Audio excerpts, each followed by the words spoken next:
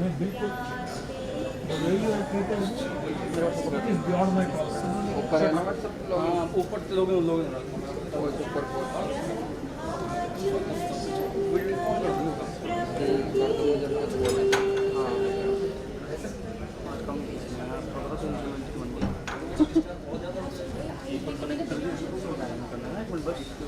बहुत ऊपर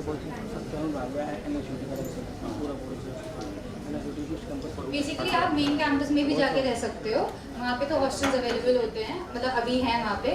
तो मेन कैंपस में भी बच्चे रहते हैं और वो यहाँ तक आते हैं, ट्रैवल करते हैं, डेली अप डाउन करते हैं। जिनको कन्वीनियंट लगता है वो कर लेते हैं, जिनको नहीं लगता वो यहाँ पे पीजी ले लेते हैं और रह लेते हैं।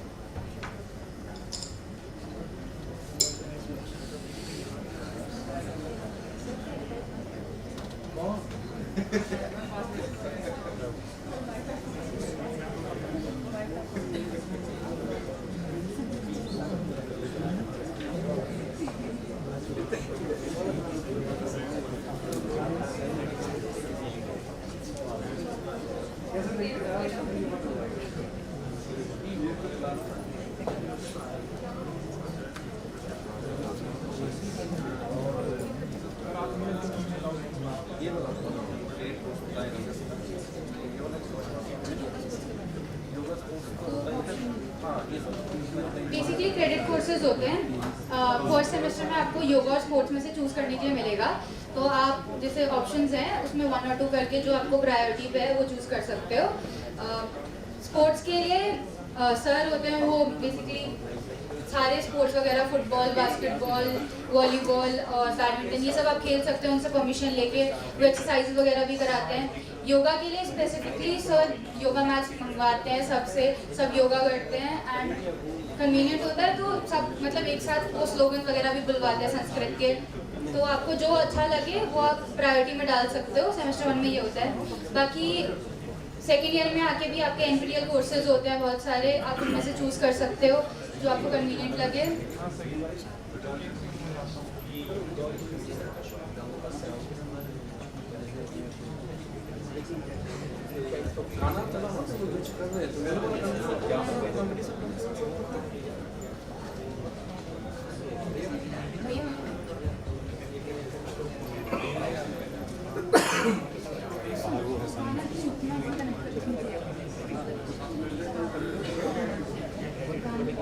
ऑलराइट, तो अब हम सॉन्ग्स प्ले करेंगे और आपको स्टार के लाइंस गाने हैं। एक्चुअली हम बेसिकली कंटिन्यू कर रहे हैं, ओके?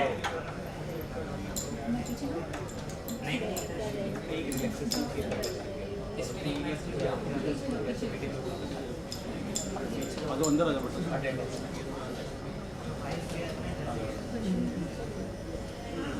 हेलो तो guess the next few lines, okay? Points बता दो क्या था, क्या पॉइंट क्या कंफ्यूजन है सर कोई बोला कि ये बोल दो।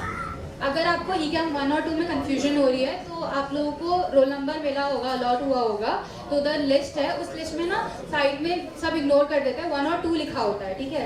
तो उस हिसाब से आप ECAM 1 और ECAM 2 में होंगे। तो ये डाउट बहुत बच्चों का है, ये आप एक बार लिस्ट खोलो, ओपन करो, चेक करो, आपको समझ आ जाएगा किस उसमें हो। अगर रोल नंबर से भी तो पता चलता है। सर रोल नंबर से भी पता चलता है बेसिकली।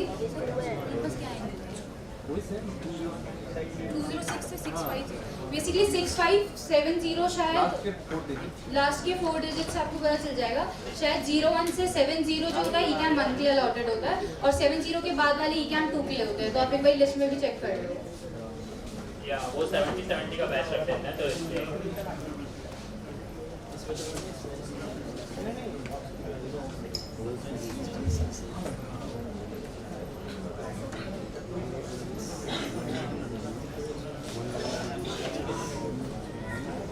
पीछे वाले सारे सेटल हो जाओ प्लीज।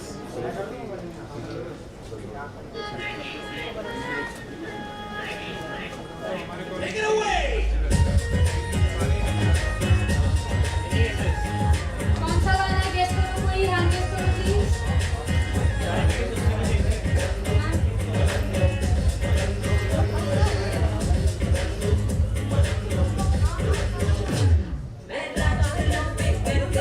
मैम गाना पड़ेगा।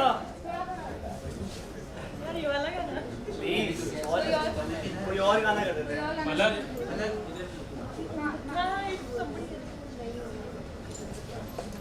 else?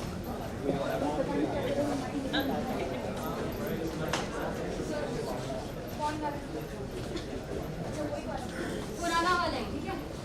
अपनी सोच ऐसे तैसे कट जाएगी, आपका क्या होगा जनाबे अली, आपका क्या होगा।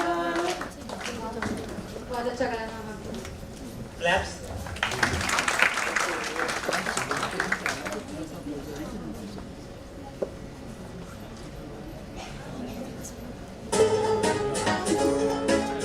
यार ये तो बहुत फेमस है, पता ही होगा। यार फ्रेशर्स तुम लोग को जेल से बाहर आए हो, बताओ यार। मेरे पिंड दे गेड़े मारदा, मुड़ा बिना बना तो फिर नहीं मैं भी वेखदी। Claps please. अच्छी बात तो ओ भी वेखदा नहीं, मेरे पिंड दे गेड़े मारदा। बहुत अच्छा है।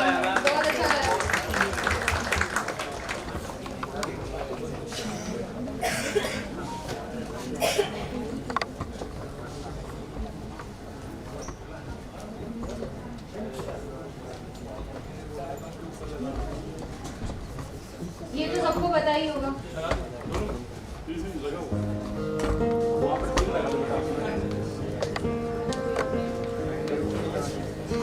Hands up, अगर पता है तो। कोई बात नहीं है। ये तो पता ही होगा यार। बहुत फेमस है।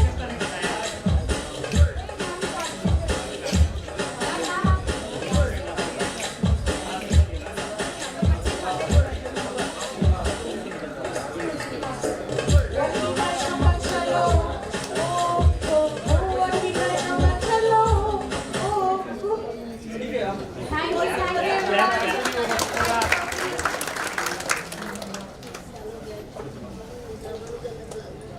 यार मैं तो बस देख रहा हूँ पेरेंट्स ही जीते जा रहे हैं यार। बच्चे तो जीत ही नहीं पा रहे हैं यहाँ पे।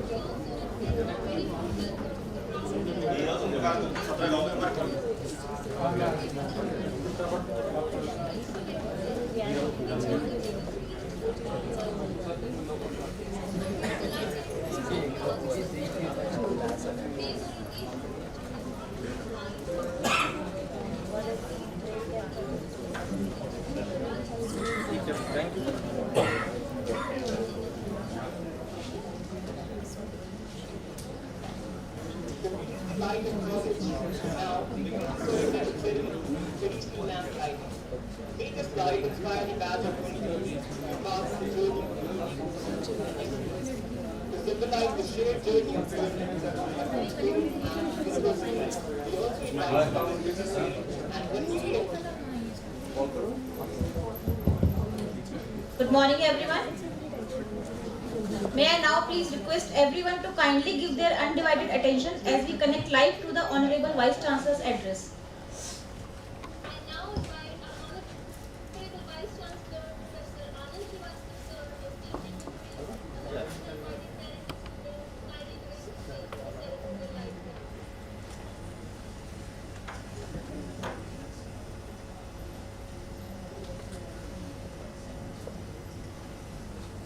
उधर से गेट लगा देना, वो बैक से आएंगे सब ना।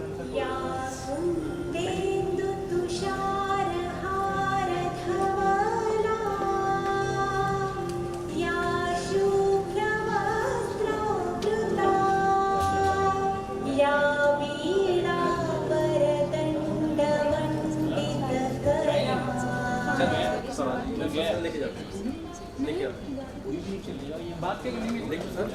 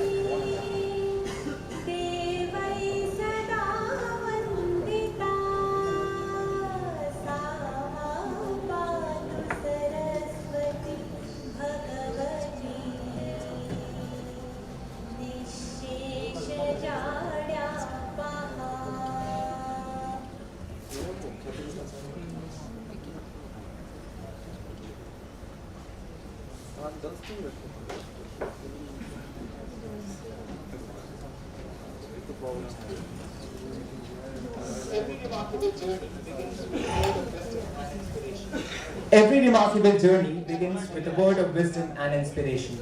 To formally inaugurate the academic orientation program of 2026, it is our distinct honor to invite the Honorable Vice Chancellor of Netaji Subhash University of Technology, Professor Anand Srivastava sir, to deliver the welcome address. May I request everyone present here to kindly join us in welcoming him and with a warm and gracious round of applause.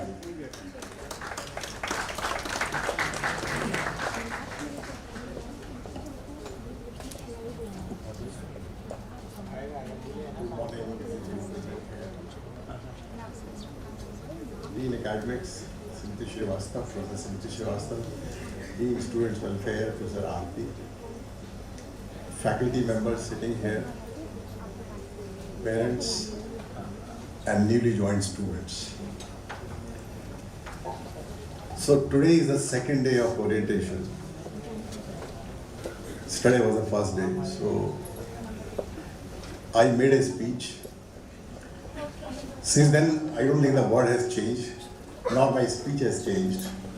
So it will be more of repetition, at least for the people who attended studies. Some of the faculty members sitting here, it might be a repeat. So first of all, I welcome all the new freshers who have joined this esteemed university.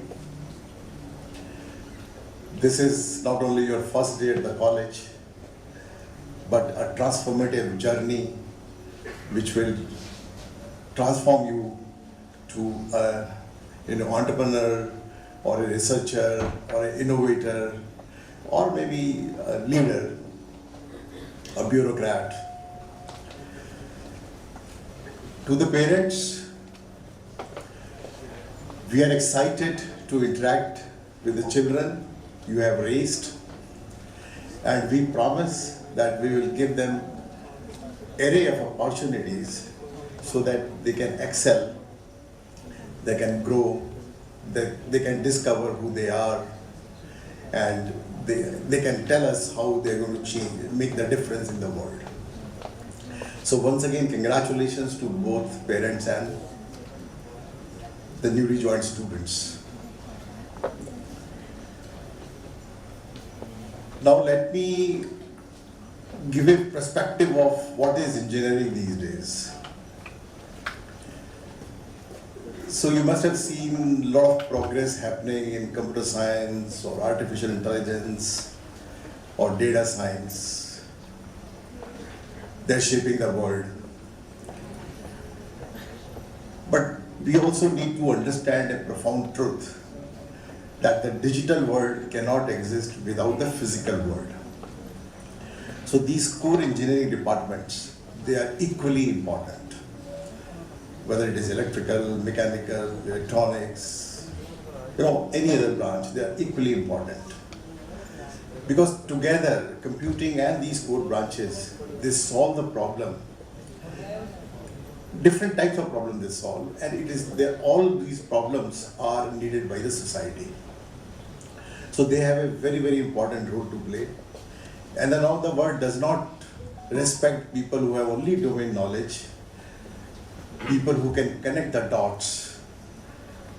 They are going to drive the future. So don't get disheartened that I got this discipline, I wanted this discipline. No, all the discipline have, you can excel in any discipline. Of course, the things have changed. It is going to be multidisciplinary. So you are going to, take the help of computer science people or compute. And together, these core engineering branches and compute, they will solve most of the problems of the world, or the real world. So this is, one thing which I wanted to share. Now, you have cracked a very important exam, JEE, and you are selected here. Congratulations. Don't think that life is going to be easy or hunky-dory from now onwards. Since you're already admitted to engineering college, The real challenge starts now.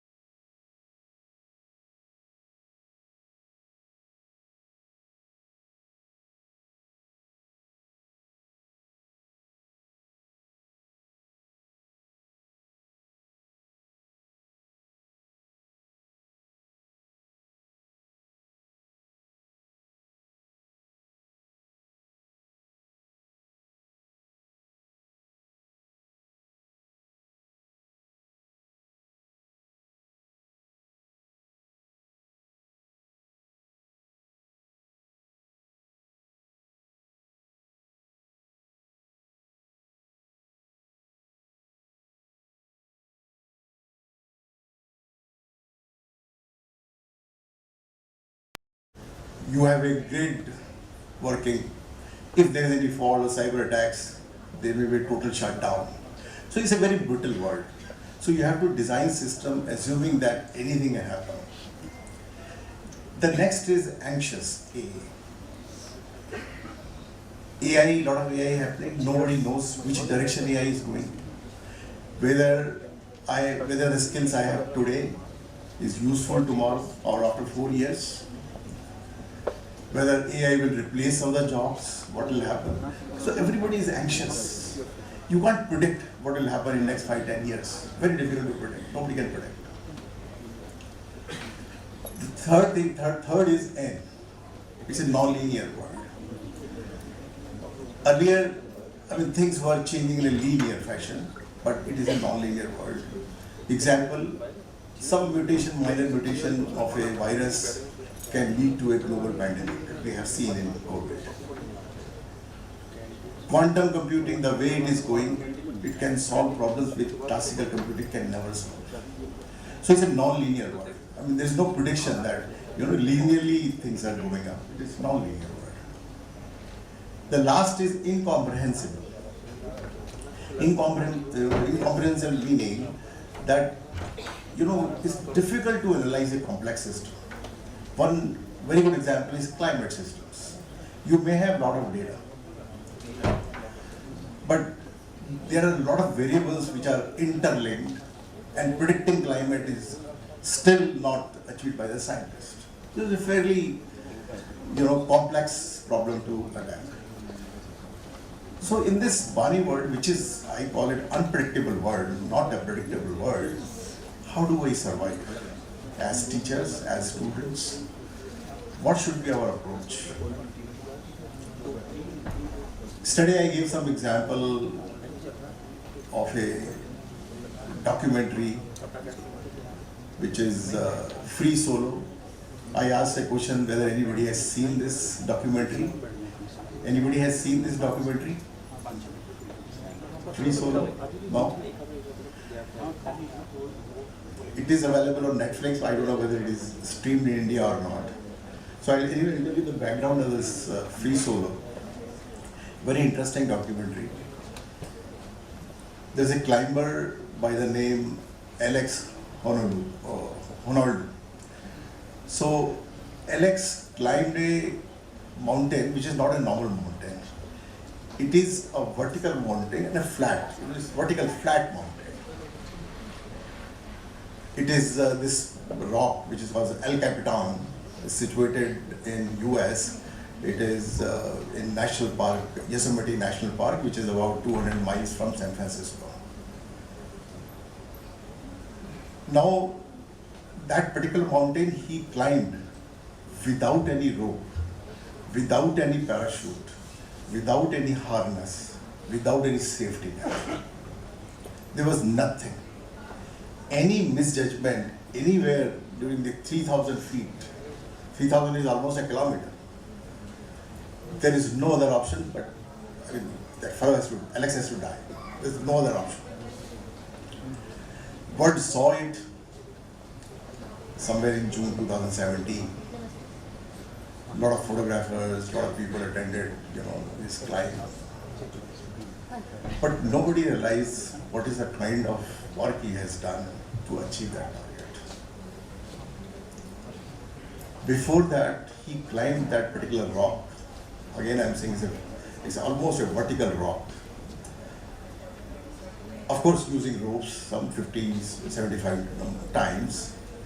And during the process, he saw where are the cracks, where are the ledges where he can put his foot, hand-holding positions.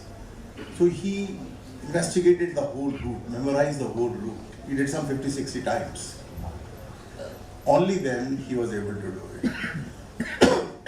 And then he did this for at least 5, 6 years. Only then he was able to climb that mountain or rock without any safety mechanism. So what I'm trying to say, the success doesn't come automatically. One has to really work for it. It is really dramatic.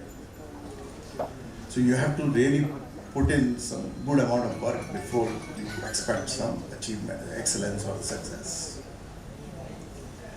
The second message which I get from this while watching, I recently watched this movie last month, a documentary. See, when he was climbing, he was only concentrating on each step, on each move. He was not worried where the peak is or what kind of applause I will get after once I reach the peak. Each move was very important. So he was going move by move. So the message what we should drive from here, the engineering student, first year students, that you have to, don't start worrying where will I be placed. Don't start comparing your future with somebody else's. Just concentrate on today's lecture, today's laboratory, today's assignment, today's quiz, and you will see improvement every day. And if you compound this improvement over 4 years, you have achieved success. So these are the two takeaways from this story. Another similar story is the athlete who got 19 gold medals, Bolt, Usain Bolt, right? I think everybody knows about it, Usain Bolt, right? He got some 19 gold medals, some 8 Olympic medals. He ran 100 meter under 10 seconds, 9.48 or something. Everybody saw that only. But the kind of work or kind of the work he has done achieving that target, some 20 years of practice to achieve that target. He was running when he was. So success, once again, you have to really work for it. So having said that, let me give you a few tips or my 2 cents. What should you do in next 4 years? Which I call as 5C framework. The first C is curiosity. You should always stay curious. In the class, ask questions. No question is dumb question. Challenge your teacher. He may or may not have answers, but surely he will find an answer next day. Because curiosity will drive you. The Google founders, Larry Page and Sergey Brin, they were engineering graduates like you. They did a college project on a search engine. They asked themselves the question, how can I improve this? And that question today, where the Google is. It's a $1 trillion company, right? So this is first C. Second C is you should be, you should have collaboration. Collaboration is another important factor. You should collaborate with your peers. Institute will also help you because when you do projects, there will be a team who will be doing projects or experiments. There will be a team who will be doing the experiments. So Because collaboration, you will learn from each other. You have to respect ideas of your fellow students. The learning happens mostly in a group. Standalone, I mean, there's a limit. So collaboration. I mean, another example again I take from Chandrayaan. We have success of Chandrayaan 3. It was not a job of one person. It was whole organization. There were scientists, there were engineers, there were physicists, there were mathematicians, there were material science people, there were computer science people. So it was collective effort. Only then we were able to achieve that target of reaching the south pole of the moon. Creativity. It will drive innovation. Creativity is, I mean, now you have some knowledge of core engineering, for example. Now using AI, how can you improve? And how can you find a solution which will solve a real world problem? So this kind of creativity is very much required, and our institute, NSUT, promotes this because we have a very thriving incubation center where anybody has got any idea can experiment in that incubation center. It can be mentored by faculty members, and who knows, you have a product which will make sense to the market and you can start a company. So creativity is the third C which is important, and it is supported by NSUT Incubation Center. And then next C is compassion. I mean, you have to work for humanity. The problems which you are solving either through your project or when you start working somewhere, I mean, that has to serve the humanity or solve some of the problem of the humanity. Nowadays, humanity is one. Your approach should be human-centric, which is fine. But also one has to worry about the environment part or sustainability part, because you should not give a solution which will harm the environment. So your solution has to be human-centric, environmental-centric, and also support sustainability. I mean, you will get a lot of satisfaction. You are able to make a low-cost device, medical device, which is actually helping the patients or saving their lives. You can make a solution which will help farmers. It will increase their yield. So there are various possibilities of using your core domain knowledge along with computing, which can solve a lot of problems of the world, of the country, of India. And to support this, we are going to have a very good center of excellence in NSUT, which has come under India AI Mission. It's a 20 crore center, so where we'll have a good compute facility, which can be accessed by any student, PhD scholars, MTechs, anybody can use that facility, because this is going to the future. So these are 5 C's. I think if you work on these 5 C's, you will not only graduate as an engineer, but you will succeed in becoming a nature and making a mark in India. So, I mean, of course, there are teachers, they'll be interacting with you. I'm giving you 5 C's, they give you more C's. So just, interact with them during your stay here. Okay, and then there are few things which, national education policy support.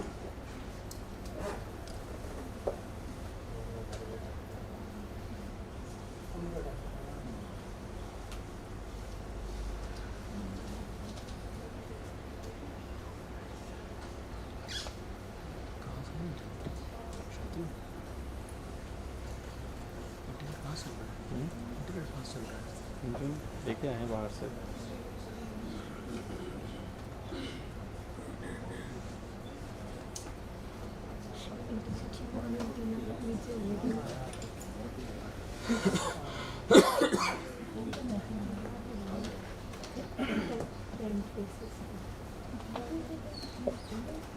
तब तक वहाँ पे sound that policy, there's a lot of focus on innovation. That is, innovation is central of policy. Because we want to be self-reliant, so we can become self-reliant, develop the resources. And they also, the other pillar is the curriculum is actually flexible, not rigid, which means we will do some core courses, then we will do some courses from another discipline of your interest. A person who electronics can do minor in economics, or he can do minor in computer science. There are various possibilities. Keep making this minor basket more and more every year. So this is, I think, these are other things we should support. And also on that, project in the 4th year, 3rd year end, you should have a project. Or some of those societies.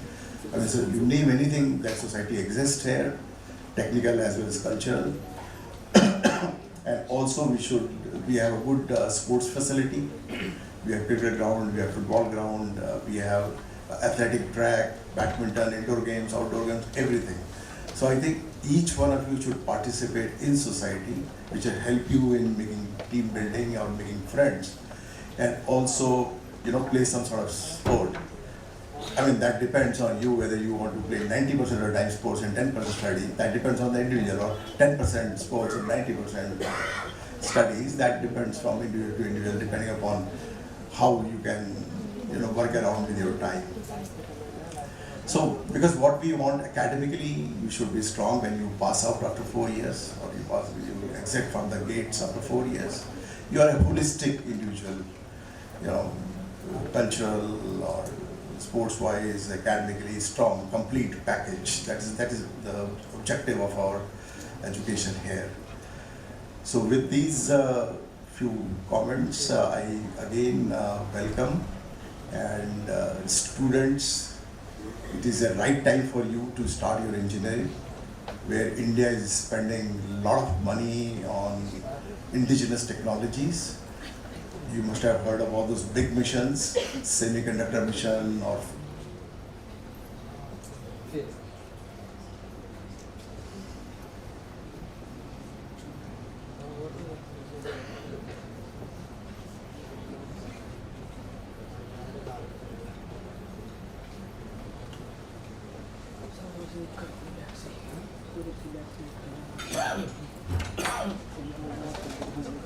Phone कर दो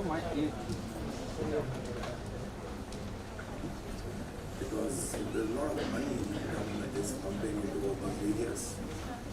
And to the parents, we again assuring that we will nurture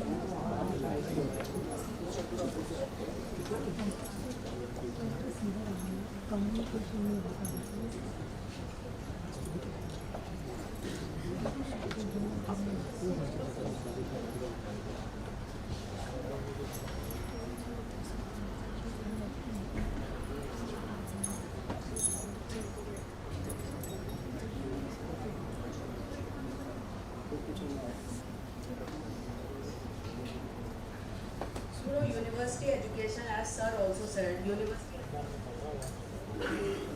developing discipline, getting knowledge, developing discipline, then building character, and preparing yourself for the success.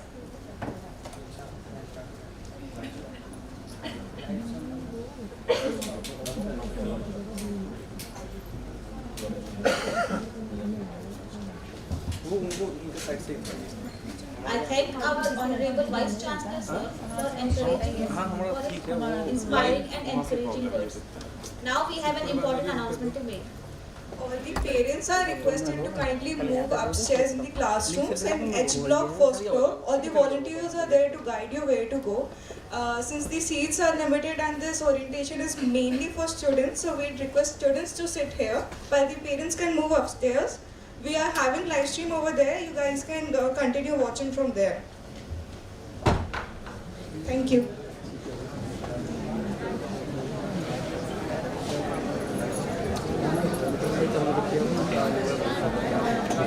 अब जो लोग हैं दीप present मैं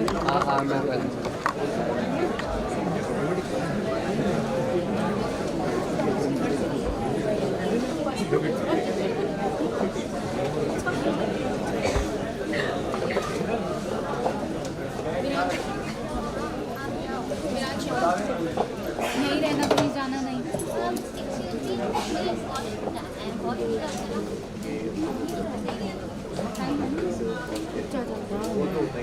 please जाना नहीं, नहीं बैग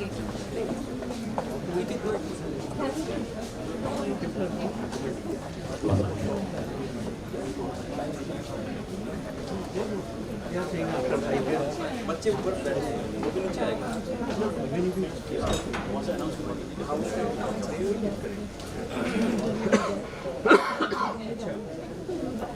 ऊपर H 101, 102, 103 3 स्मार्ट क्लासेस ओपन हैं। थोड़ा सा मैं माफ़ी चाहूँगा, 201 sorry 201, 202, 203 just above of this auditorium. हम चाहते हैं कि हमारे जितने भी न्यूली स्टूडेंट्स हैं एटलीस्ट वो यहाँ पे हों, ताकि जितने भी इंफॉर्मेशंस यहाँ पे दिए जा रहे हैं वो उनको गैदर करें, उनको लर्न करें, सीखें। तो पेरेंट्स से मेरा अनुरोध है कि आप ऊपर वाले रूम्स में बैठ जाएं।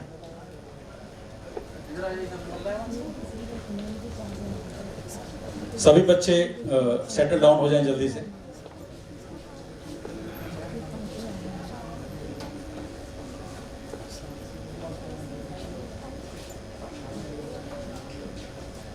बाकी जो पेरेंट्स बैठे हैं अब बैठे हैं वो बैठे रहें।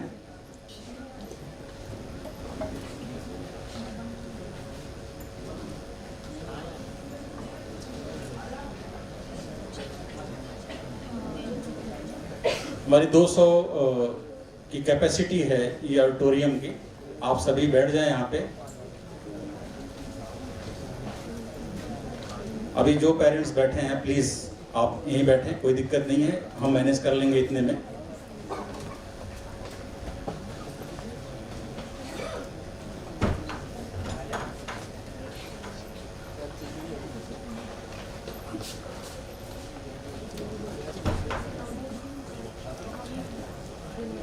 I request all the volunteers, please help them.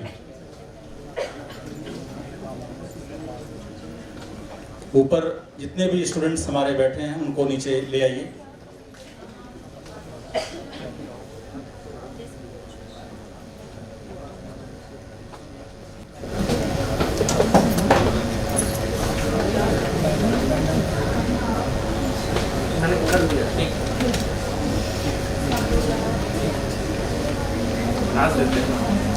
Please settle down.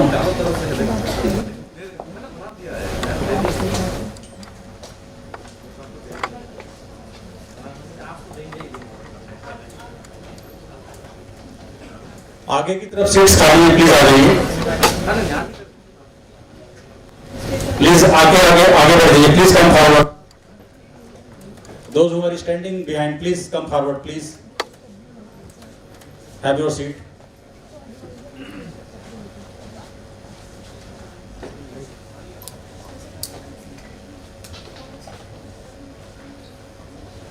आगे बहुत सारी सीट खाली हैं। ये 10, 12, 15 सीट आगे खाली दिखाई दे रही हैं।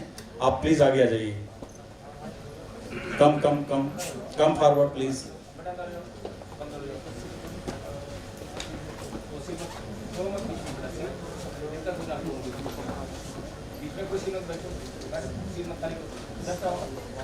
We need your cooperation and support, please. Okay, thank you.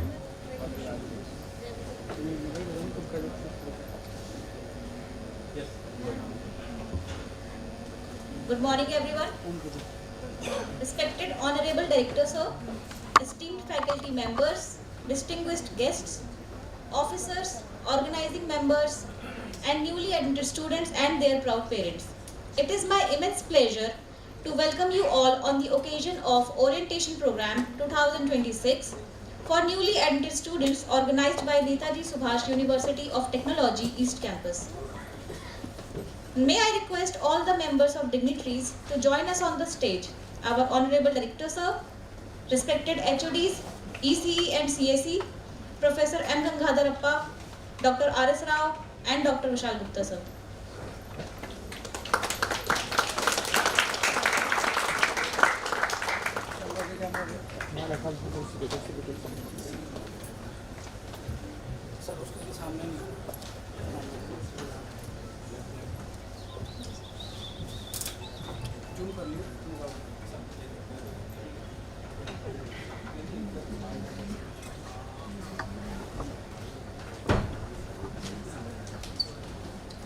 I am Madhurita Singh, PhD scholar in the Department of CSE, and I feel privileged to be your host for today's program.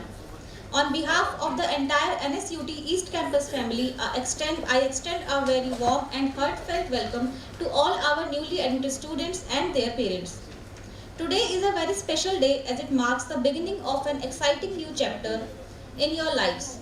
Over the coming years, this campus will become your second home, a place where you will gain knowledge, discover your potential, build lifelong friendships, and create memories that will stay with you forever. At NSUT, we believe that education goes beyond classrooms.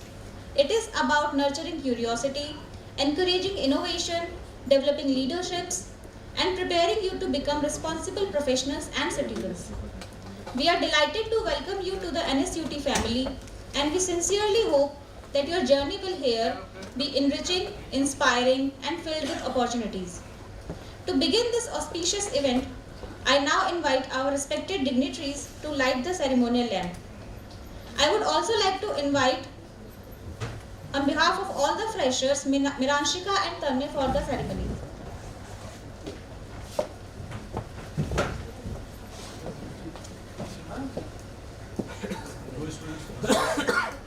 First year.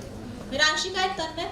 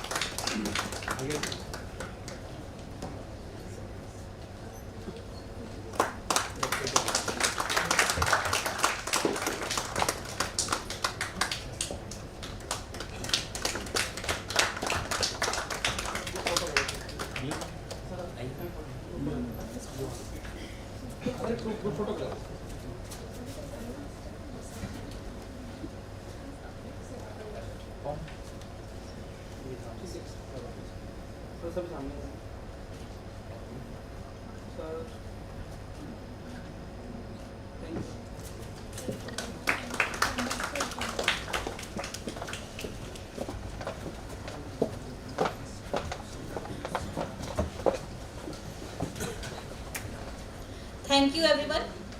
Now it is time to express our heartfelt gratitude and appreciation through a small token of respect. I invite Professor Rashmi Gupta to felicitate Director Sir.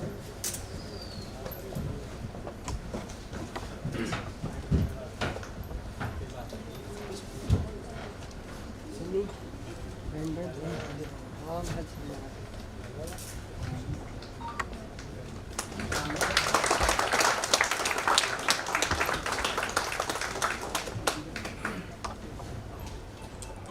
now invite Professor Vishal Bhatnagar to felicitate Professor Rashmi Gupta.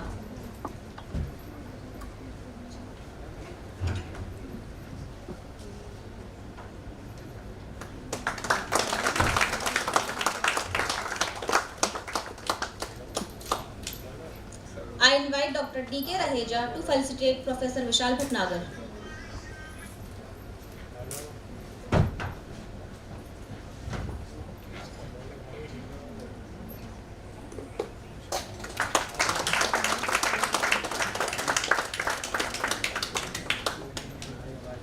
I invite Dr. Aarti Jain to felicitate Professor M. Gangadharappa.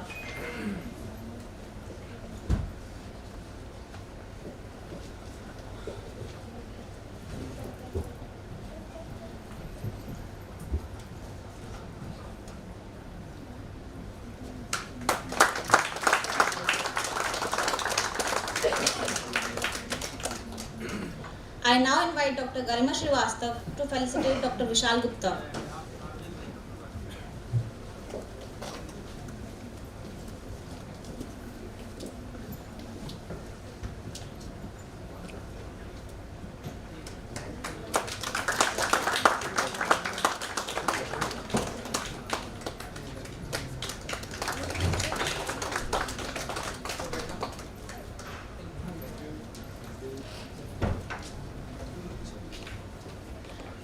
I now invite Professor Richa Bhatia to felicitate Dr. R.S. Rao.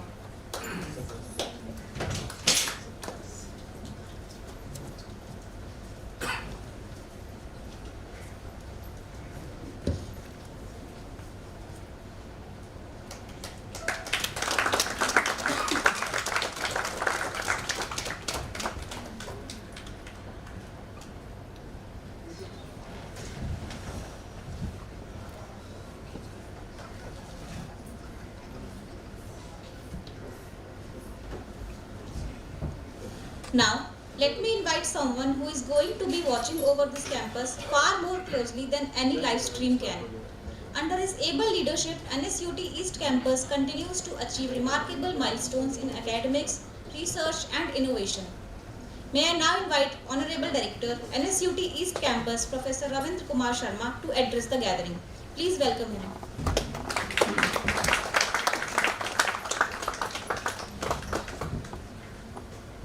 Thank you and good morning all of you.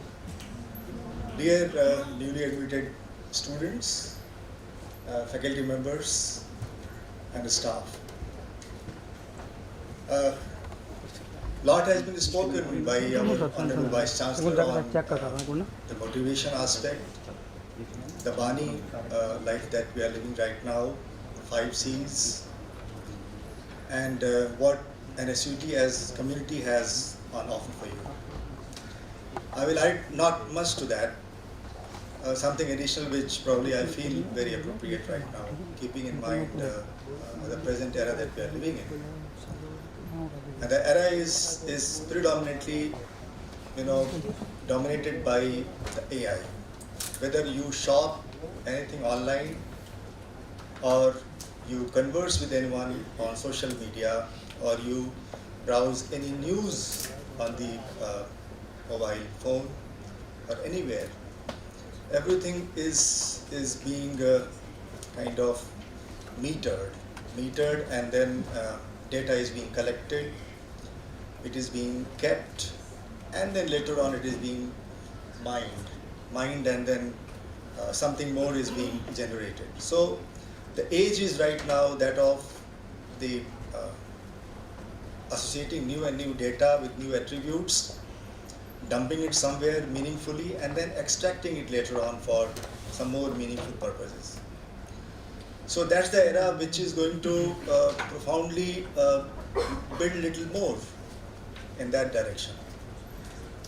Data will be generated more and more attributes will be attached, and the humanity will accordingly get affected. your daily life, your life in education, your life in commerce, your life anywhere. Your privacy is also going to be a big question in future. So my point is that keeping all those uncertainty, the brittleness, the motivation of hard work and everything, you as an AI expert or an expert of data science will be carrying huge load of responsibility, the civilizational responsibility. To me, what appears very, very important today, that after the Industrial Revolution, this is the time when humanity is going through a serious challenge of its existence. And that challenge will multiply manifold as the participation of the developers and the deployers. It affects the human life. That's where your role comes into play. Your role as developer, your role as deployer.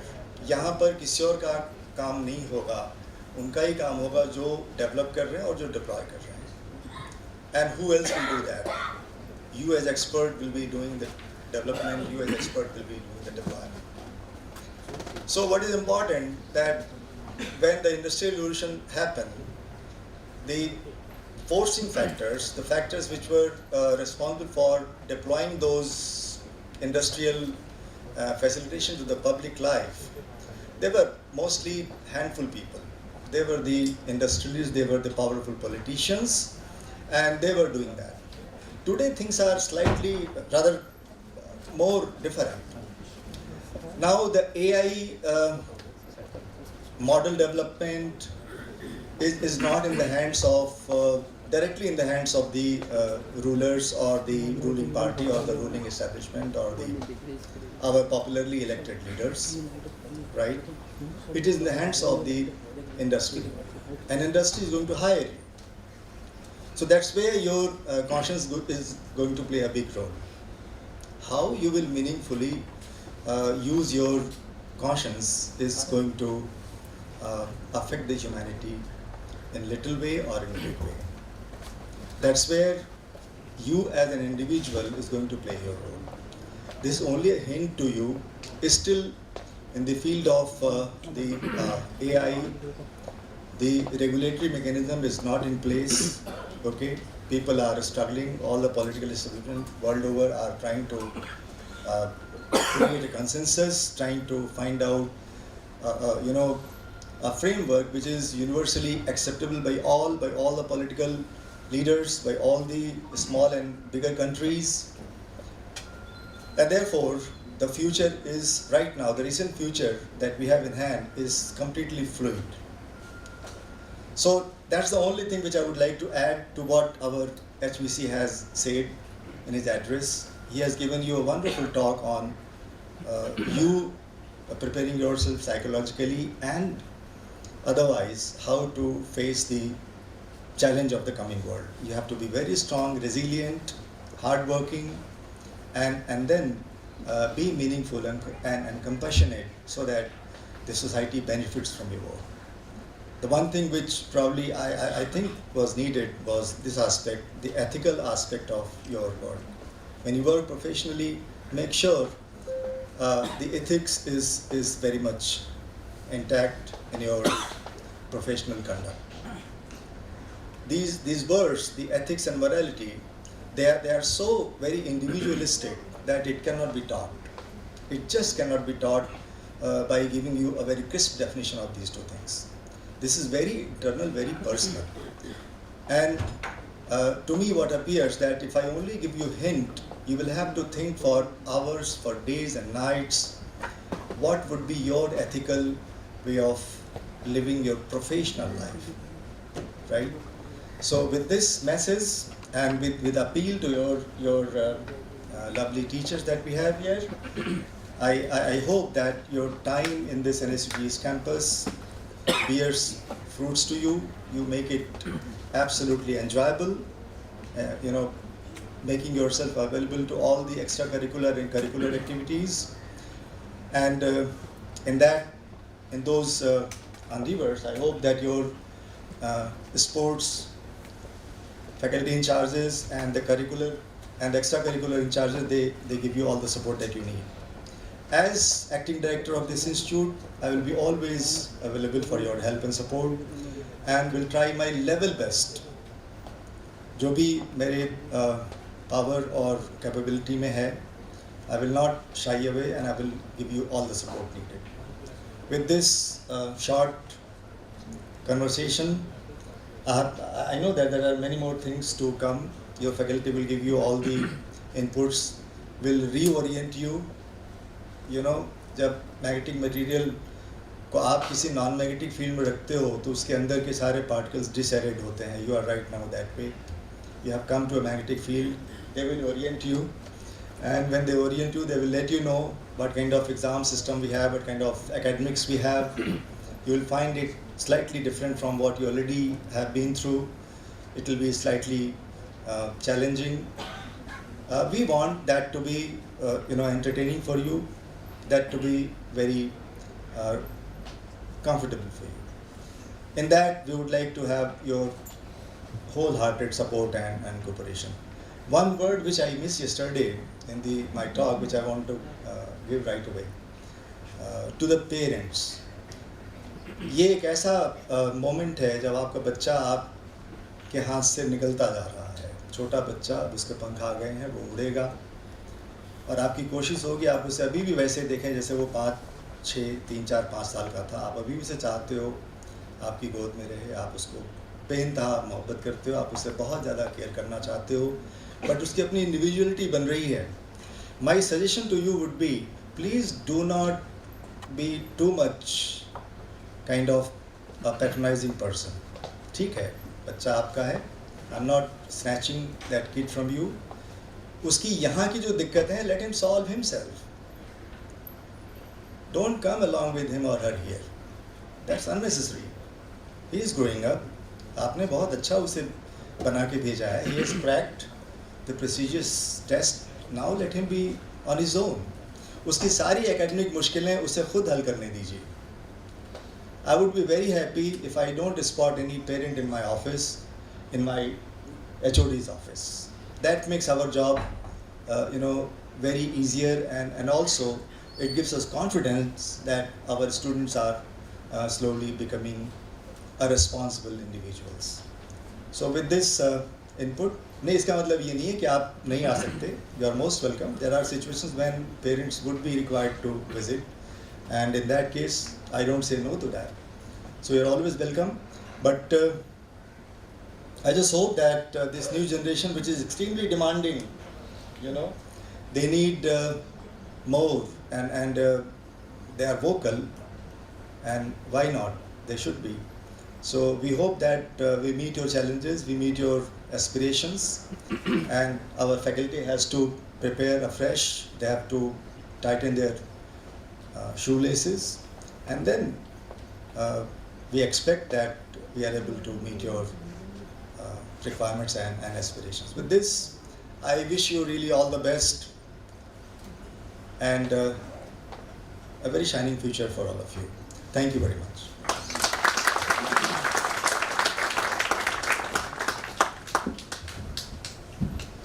Thank you, sir, for your inspiring words. Every department has its own identity, culture, and vision. To introduce the Department of Electronics and Communication Engineering and familiarize our students with its academic programs and opportunities, I invite respected Head of Department, Professor Rashmi Gupta ma'am. Please welcome her. Thank you. Honorable Director, sir, my faculty fellow sitting on the dais of the dais, very dear students and their proud parents. A very good morning and a warm welcome, and I congratulate you all the first year students for joining NSUT family. Let's give a big round of applause for joining NSUT. We welcome all with a big round of applause. So now I am here to brief about the EC department. Yeah, just you can move on the slides. Yeah, first I will tell you that what are the programs which are currently running in the EC department. In the morning I see that some students and parents are asking this question. So there are two sections of 60 intake in one department, in one section. So total 120 students are there of BTech in ECAM, fine. And in MTech in VLSI is running, so that is 30 intake. So we are having first semester and third semester students, so 60 students are there in MTech VLSI. And currently PhD scholars who are currently doing PhD are 23 students who are doing their research in their respective field with some faculty members. So this is the intake of the EC department in the current year. So what are the EC department highlights? What the EC department is teaching? EC department provides a strong foundation in all the core subjects of EC along with AIML. Like you will study all the core subjects like VLSI, analog signal processing, digital signal processing, wireless communication, antenna, all the subjects of EC will be covered here. And along with AIML, what does it mean? Like I hope in most of the subjects, or we can say in each subjects, we can optimize the chips, antenna designing and various parameters in all the fields of EC by using artificial intelligence and machine learning techniques. So you are admitted in very good branch, that is electronics and communication engineering with AIML. So I congratulate you for taking admission in ECAM. And next, our curriculum is industry oriented. So our curriculum meets what is the requirement of industry and technology, because industry person is also there when we are finalizing the curriculum. And all the education is NEP 2020 aligned. What is the benefit of that? That NEP believes in the multidisciplinary, interdisciplinary and outcome-based learning. So that will be useful for real-time applications. And next, and the very strong point of EC department is mentoring and support. So I will tell you how this point is very important for you, and this is a very good strength, because here faculty will guide you about the academics, higher studies, research and startups. I will show you the faculty profile. Previous slide. Yeah. So these are the laboratories in the EC department. So you can see number of laboratories are there in the EC department. Electrical technology lab you will do in first year. From this list of 13 labs are there which are well equipped, and I mentioned the lab number also. And most of your theory classes will be held in the first floor of EC department. HOD office is also on the first floor. That is room number is E202. Fine. If there is any issue or you want to discuss something, you can move to the EC department. So these are some photographs of the labs. Now, this is a list of the faculties with their specialization. So the major thing is that all the faculty members are PhD holders. All are doctorate, means they have done research in some field. They are expert in some field. So you can make use of those faculty members for your guidance. So Professor R.K. Sharma, he is the director of our institute also. Actually, he is in EC department only. So this is the privilege for us that he is the senior most faculty, Professor Ravinder Kumar Sharma. Second is myself, Professor Rashmi Gupta. Next is Professor RTMK. She is also the Dean Student Welfare of the NSUT main campus. That is why she is not here, because she is the main campus. She is professor in EC department here also, and she is holding the position of Dean Student Welfare in the main campus. Next is Professor Soman Kumar Dana sir. Sir, please. So he is also the professor in EC department, and I have mentioned the research areas, and these research areas is also available in the NSUT website. So I am not telling again and again. Then Professor Richa Bhatia.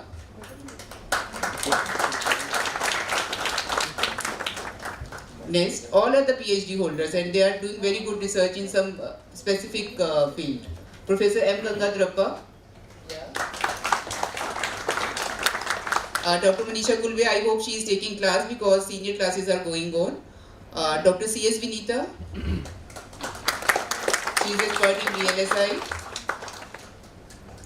Dr. Dinesh Kumar Aheja. He is expert in microwave and antenna design. Dr. Aarti Jain. She is expert in IoT, fuzzy logic, wireless communication. Dr. Garima Srivastava. She is expert in antenna and microwave. Dr. Avinash Kumar, he is on leave. And Dr. Avinash Kumar will take your first year class of electrical and electrical engineering. Fine. So Dr. Avinash Kumar, among these professors, only Dr. Avinash Kumar will be taking your class of first semester. Other are the guest faculties like Dr. Kirmender and Dr. Poona.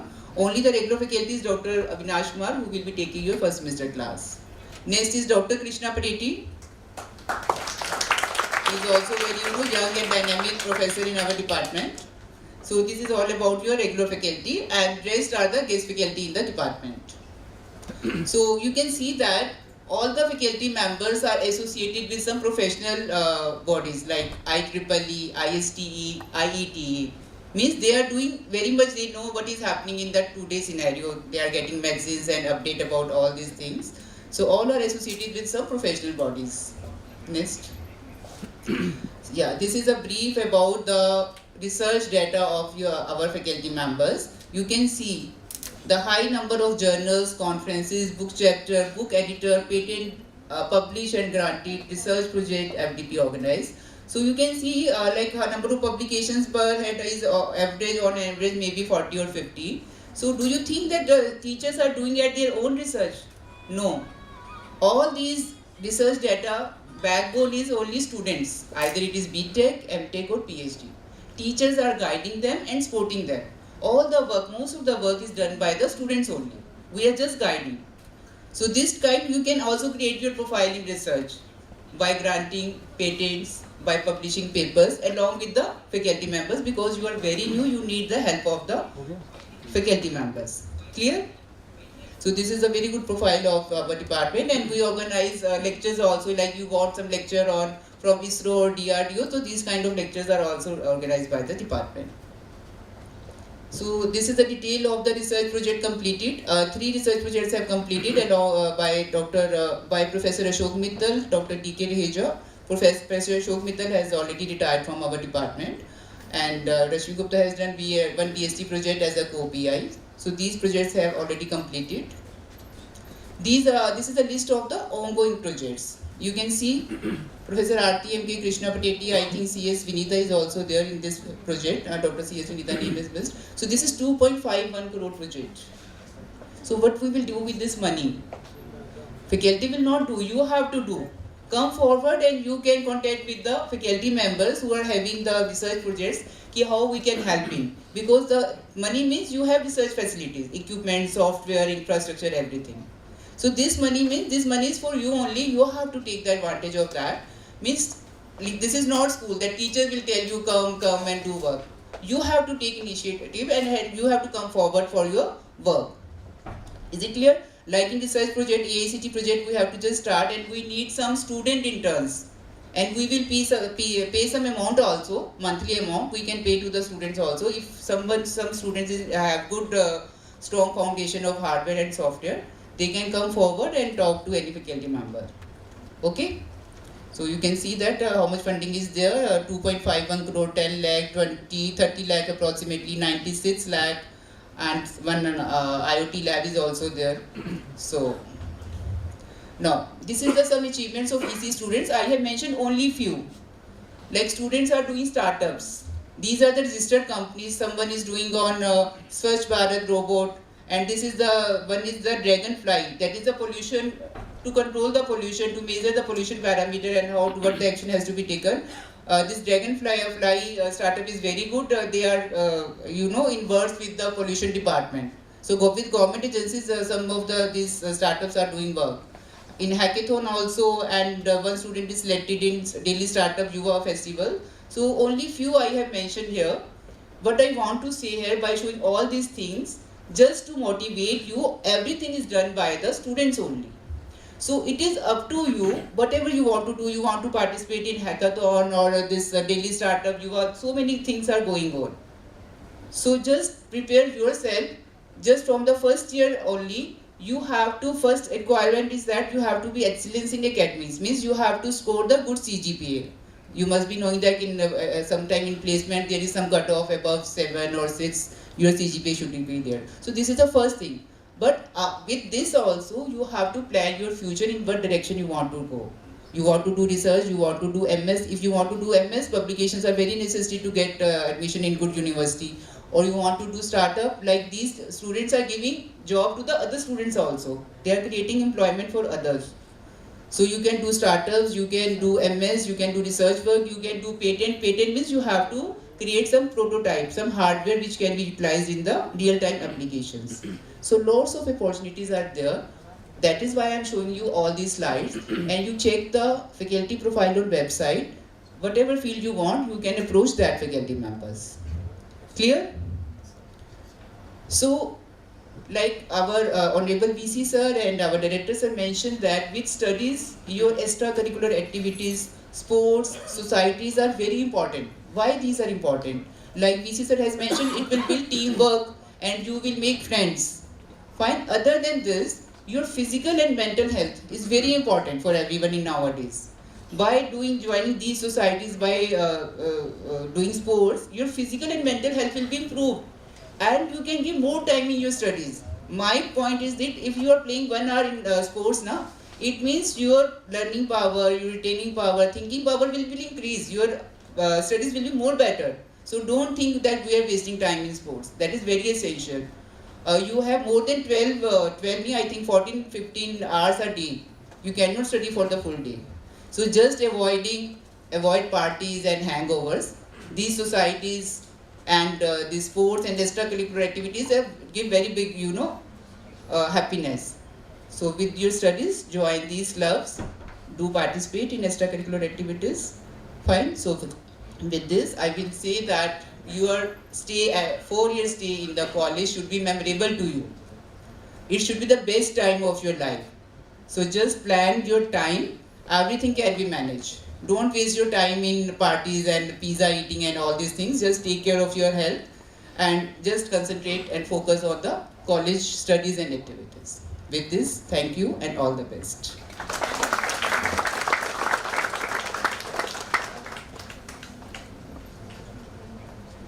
Thank you, ma'am, for the insightful introduction of ECE department. To introduce the Department of Computer Science and Engineering East Campus, I invite respected Head of Department, Professor Vishal Bhatnagar. Please welcome him.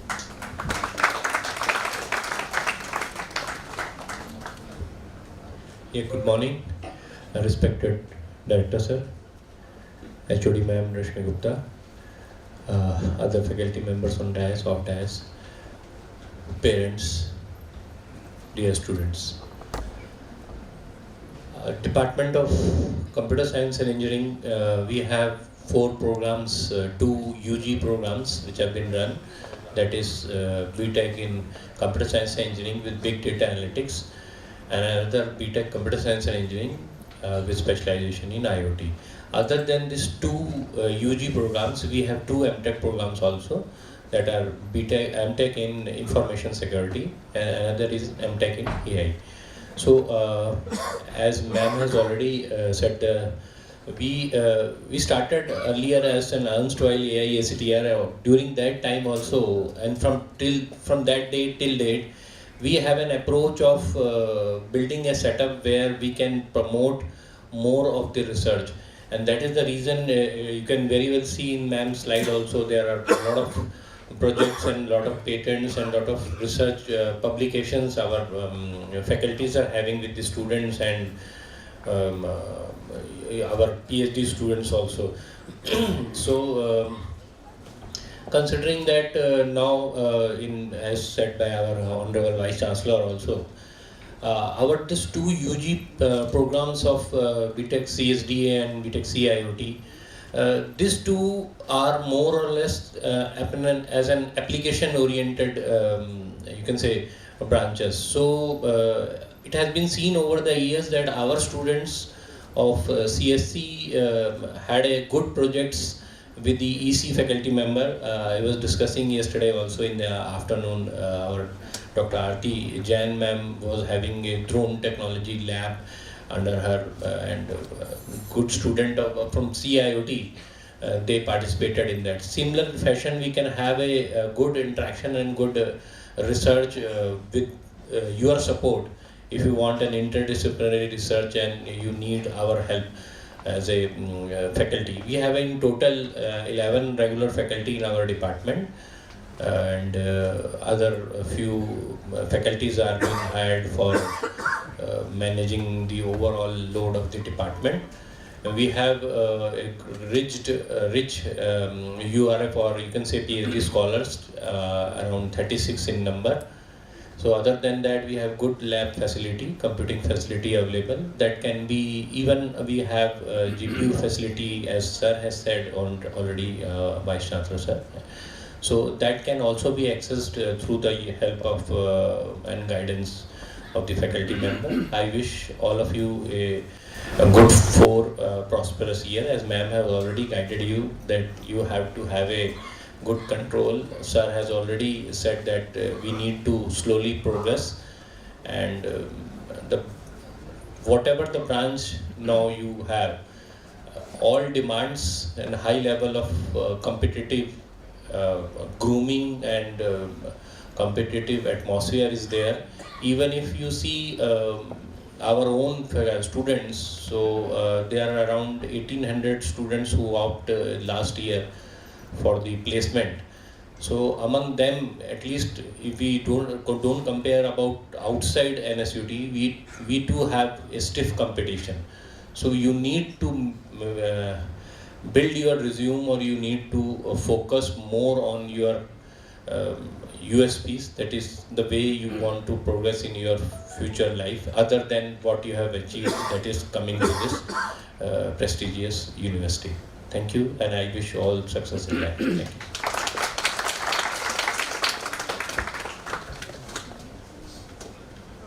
Thank you, sir, for the insightful introduction to the Department of CSE. Now, a very warm welcome to our respected dignitaries, esteemed faculty, and the brightest minds stepping into NSUT today. We are delighted to welcome the incoming batch. I am Shubham from BTech second year. And I'm Palak from BTech second year. It's a privilege to guide you through today's orientation. Now, I'll be honest with you all. Somewhere in this hall is a kid who's already decided he's going to the top branch, and somewhere else is a kid who's already decided he's dropping out to build a startup by the 3rd year. Both of you, relax. Ask any final year student. Nobody's 4 years goes according to the plan, and somehow they still end up fine. Right now, some of you are thinking, I'll maintain a 9.5 CGPA. Others are thinking, CGPA doesn't matter, but skills do. By the end of the semester, both the groups will be asking the same question to the seniors. Bhai, placement ke liye kitni CG chahiye?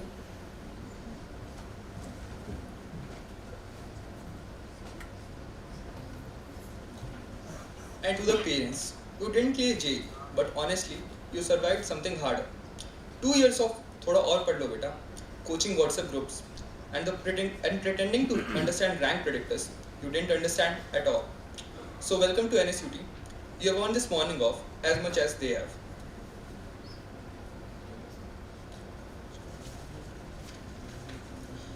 Now I invite Dr. G. Veda Buriswaran to provide an overview of mechanical engineering courses and humanities and social sciences offered at NSUT East Campus to familiarize our students with their significance in the engineering curriculum.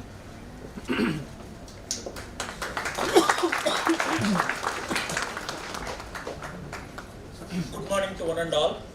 With the due respect to the Director of East Campus, Head of the Department, EC and CSE, and my dear faculty friends. Welcome to NSUT East Campus, to all the students who have joined in this particular academic year 2026. I am Dr. G. Veda Buriswaran, a faculty in mechanical engineering, and I will be handling subject for you. So from Monday onwards I will be taking class, so we will be discussing more about the subject over there. So I am over here to make you understand what kind of engineers or what kind of engineering revolutions that are being happening globally, because anything that is happening at the global level, it has its impact in the nation also, in every nation, including India also. Right now, globally, industrial revolution, fourth revolution is happening, so that we call it as Industry Revolution 4.0, which we call it as Industry 4.0 also. Sometimes you could have come across this particular word. Now what actually this industrial revolution is expecting is that every branch of engineering has to come together, get integrated rather than being disintegrated. So mechanical engineers when we say that we want more of inclusion of computing side as well as from the communication side, that is your electronics engineering also. So that is what is expected nowadays. Now if you look at your own branch, you are not studying BTech in EC, you are studying BTech in AI and ML. So it actually stands for Artificial Intelligence and Machine Learning. In your study itself, you have got the word machine. What is a machine? You all know the definition, isn't it? So what is the expectation of mechanical engineers from electronics engineering is the question. We are all very much fascinated about cars. Nowadays cars are coming with highly technical oriented features. The buzzword right now is ADAS, isn't it? Advanced Driver Assistive System. So that is what the buzzword. Now conventional automobile, conventional car, the driver has to be very much alert. He has to drive the vehicle and he can able to reach his destination. Now the cars that are available in India, they are futuristic, and you can say that once I activate ADAS, the vehicle will try to make me reach somewhere. So that means car is a machine. You are trying to understand what exactly the car has to behave. So you are trying to take data, you are going to process it, and then you are trying to make the vehicle reach your place safe, even though the driver is not alert. So this kind of engineering revolution is happening. So that is why please learn every engineering. It's not that you have to learn only electronics and then you try to shine away. Please understand other subjects also, and that will be helpful for you. So this is what I would like to say with respect to mechanical engineering and what is the expectation of mechanical engineers from electronics. I have been requested to introduce the Department of Science and Humanities that is available in East Campus. So over here we have got faculty in physics, chemistry, mathematics and English. So they will be handling classes. To start with, we have got Dr. Sunita. She is faculty in chemistry and she will be handling classes for you. Then we have got faculty in mathematics, Dr. Rishabh Agnihotri and Dr. Shantanu Das. You might be seeing over here. So they will be handling classes for your mathematics subject. Then for the subject of physics, we have got Dr. Jitendra Kumar, so he will be handling. And we have got a faculty in English, Dr. Pradeep Kumar Chashwal, so he will be also helping you to tweak your English communication, which is very, very important. Engineering is important. The biggest expectation from engineer is your English is also good, because your audience is not local, your audience is global. We are going to communicate only with the people outside. So right now, your head of the department has, with all pride, demonstrated how much journal publications every faculty they are having, how many patents they are having. So in all those journals, they are all journals of international standards. The publication houses are not in India, probably they are all outside. So when you are going to communicate your technical knowledge, we are going to talk only in English. So please try to tune up your English language also. So with these words, I conclude my welcoming address to you. Wish you all good luck. Have a good 4 years of learning. Thank you.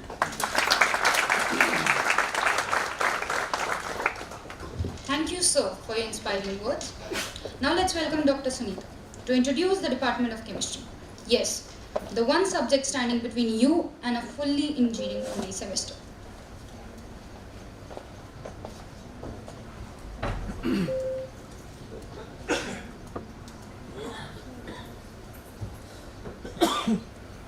Good morning everyone and welcome freshers.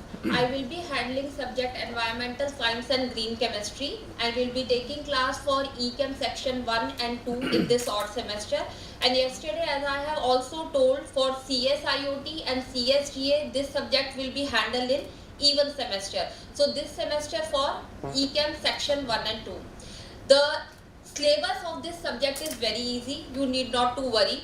I generally coordinate with the student through the Google Classroom rather than on phone calls and WhatsApp. And today, because parents are also present, it is a request that please ensure that your child who is coming to the college understand the control on the use of mobile in the class.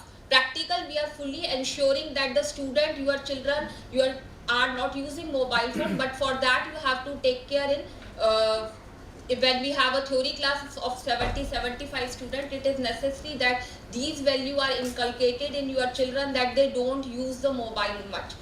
whether a teacher is putting too much effort, this all become useless if your children are using mobile in the class. It is like a useless knowledge. So क्या पढ़ाना है, कैसे पढ़ना है, that part can be taken care of well in on Monday onwards in the introductory class. Class में आप आए हो, पढ़ोगे तब जब आप थोड़ा सा मोबाइल के यूज पे कंट्रोल रखोगे. पढ़ाने की पूरी वैल्यू जीरो है. कोई भी आपको किसी भी टाइप का ज्ञान दे दे, भगवत गीता का ज्ञान दे दे, अगर आप उसको सुनने में नहीं इंटरेस्ट ले रहे हो, वो यूजलेस है. You are just wasting your time. You are wasting your time, and this will become a habit. This will become a habit of using the constant mobile phone, watching TV, during eating and all. तो ये habit थोड़ा control करना है. Mobile use करो. 1 घंटे की class के लिए, 45 मिनट की क्लास के लिए थोड़ी देर उसको बंद रख के क्लास में ढंग से पढ़ने की आदत डालो. At the end of the day, I ensure that I should have the teaching satisfaction, but at the end of the day, you should also have a learning satisfaction कि मैं 1 घंटा जो क्लास में सीख कर गया हूँ, वो मैं ढंग से सीख कर गया हूँ. Otherwise, it is useless. Okay. The second thing is that please try to be sincere. Please try to be sincere. Try to complete this course. Of course, with good marks in this one semester only. बार-बार इसका backlog देने मत आओ. आपको यहाँ पर ऐसे cases आ रहे हैं, 10% केसेस है कि स्टूडेंट फर्स्ट टाइम फेल हो गया, सेकंड टाइम अटेंडेंस लगा रहा है in exam mode and study mode, and the performance is instead of improving it is declining. So you have to take the call. You are already giving the hefty fees to the institute. After that, you are paying 12,000 or 40,000 in exam mode or study mode. I think this is not good. The parents has to take care of this कि बच्चा पढ़ाई की तरफ भी ध्यान दे. Recreation is only 1% and the hard work is 99%. तो आपको ध्यान रखना है कि पेरेंट्स का रोल बहुत इंपॉर्टेंट होता है कॉलेज के अंदर. कॉलेज में बच्चे के पास फ्रीडम है, पर कंट्रोल करना पेरेंट्स की जिम्मेदारी है, क्योंकि at the end of the day बाद में पेरेंट्स को ही बुलाया जाएगा अगर बच्चे का कोई इशू है. वो डिटेन हो रहा है, पेरेंट्स खुद भी आ जाते हैं, बच्चा रोता है, कहीं प्रॉब्लम होती है तो भी पेरेंट्स को बुलाया जाता है. बच्चा फेल हो रहा है, बार बार एग्जाम मोड स्टडी मोड के अंदर आ रहा है, प्रॉब्लम हो रही है, प्रैक्टिकल नहीं क्लियर कर पा रहा है. पर्टिकुलरली प्रैक्टिकल केमिस्ट्री के वाइवा टेस्ट में student are very having a lot of problem in understanding the concept. Although the subject is easy, environmental science and green chemistry as the name suggests, but the word chemistry is there, and when the word chemistry is there, I am very specific and very, what to say, cruel in teaching, because I myself is a chemistry honors person in this subject. So you have to be clear कि class में आ रहे हो, mentally prepared हो के आओ कि मैं पढ़ने के लिए आ रहा हूँ, rather than using the mobile. अगर आप पूरे टाइम क्लियर हो मुझे मोबाइल पे व्हाट्सएप मैसेजेस भेजने, आप अपना 1 घंटा बर्बाद कर रहे हो, वैसे वो चांस नहीं मिलेगा, बिकॉज क्लास में ऐसे स्टूडेंट के साथ स्ट्रिक्टनेस करी जा रही है और करनी भी है, ताकि it should come as a message for other कि ये चीज 70 स्टूडेंट हो या 700 स्टूडेंट हो, पढ़ाने की पूरी वैल्यू खत्म है if you are on the phone all the time. You have to understand the control use of the mobile phone over the WhatsApp messages, over the call, even on writing the mail. What is the control use? ये नहीं कि WhatsApp messages करे जा रहे हो, कहीं तो इसका control रखना है, and that part is where the parents have the full responsibility. Okay, so I assure you that I will give more than 100% in my teaching, but I also expect that you should come with 100% in learning. Thank you.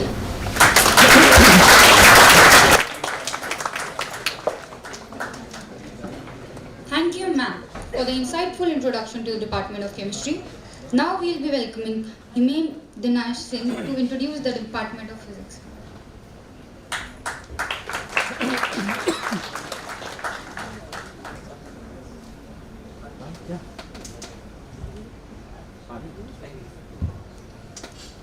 Greetings to everybody and a big congratulations to newly admitted students and parents for being part of NSUT family.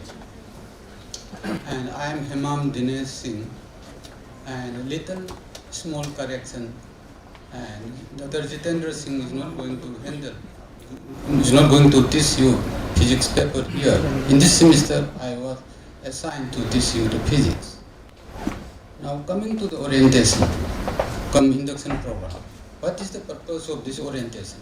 It is a smooth transition from your school life to the university level also. In the school life, you have a linear way of life. So as our Honorable Vice Chancellor talk about linear and non-linear systems, I will emphasize a little bit on that. After that, I will introduce you our department, but you are not going to interact with the department much. That's why instead of that, I will introduce the subject of your course. Oscillations, waves, and optics. That's what you will have to learn in your second semester. So about the linearity system, if you know the input, then you can expect, you can get the output. Output you easily know. That is the linear system. In the non-linear system, even if you know the input, you don't know the output. Let's say your life in the school, you have exact entry timing and exact exit timing. Entry, exit was restricted. After 8 o'clock or 7:45 a.m., your gate will be closed. And then you cannot treat your teachers as your friend or so. You will have to obey whatever your teacher says. But at the university level, you have all the freedom. But here, I will be little different from the earlier teacher or so. I will not be so strict. In my classroom, you can do pre-entry, pre-exit. You can talk on the phone also. You can do whatever you want. But don't disturb any other person. You can sleep also. And then to go out for washroom, don't declare anybody that to everybody that can I go, sir, to the washroom also. Don't declare it, you are going to the washroom. And go out and come back, but don't disturb anybody. And so if you see the famous MIT professor Walter Lewin in his class, you can see the students eating pizza and calling the pizza guy also, then receiving that also, then watching the movies also by themselves also.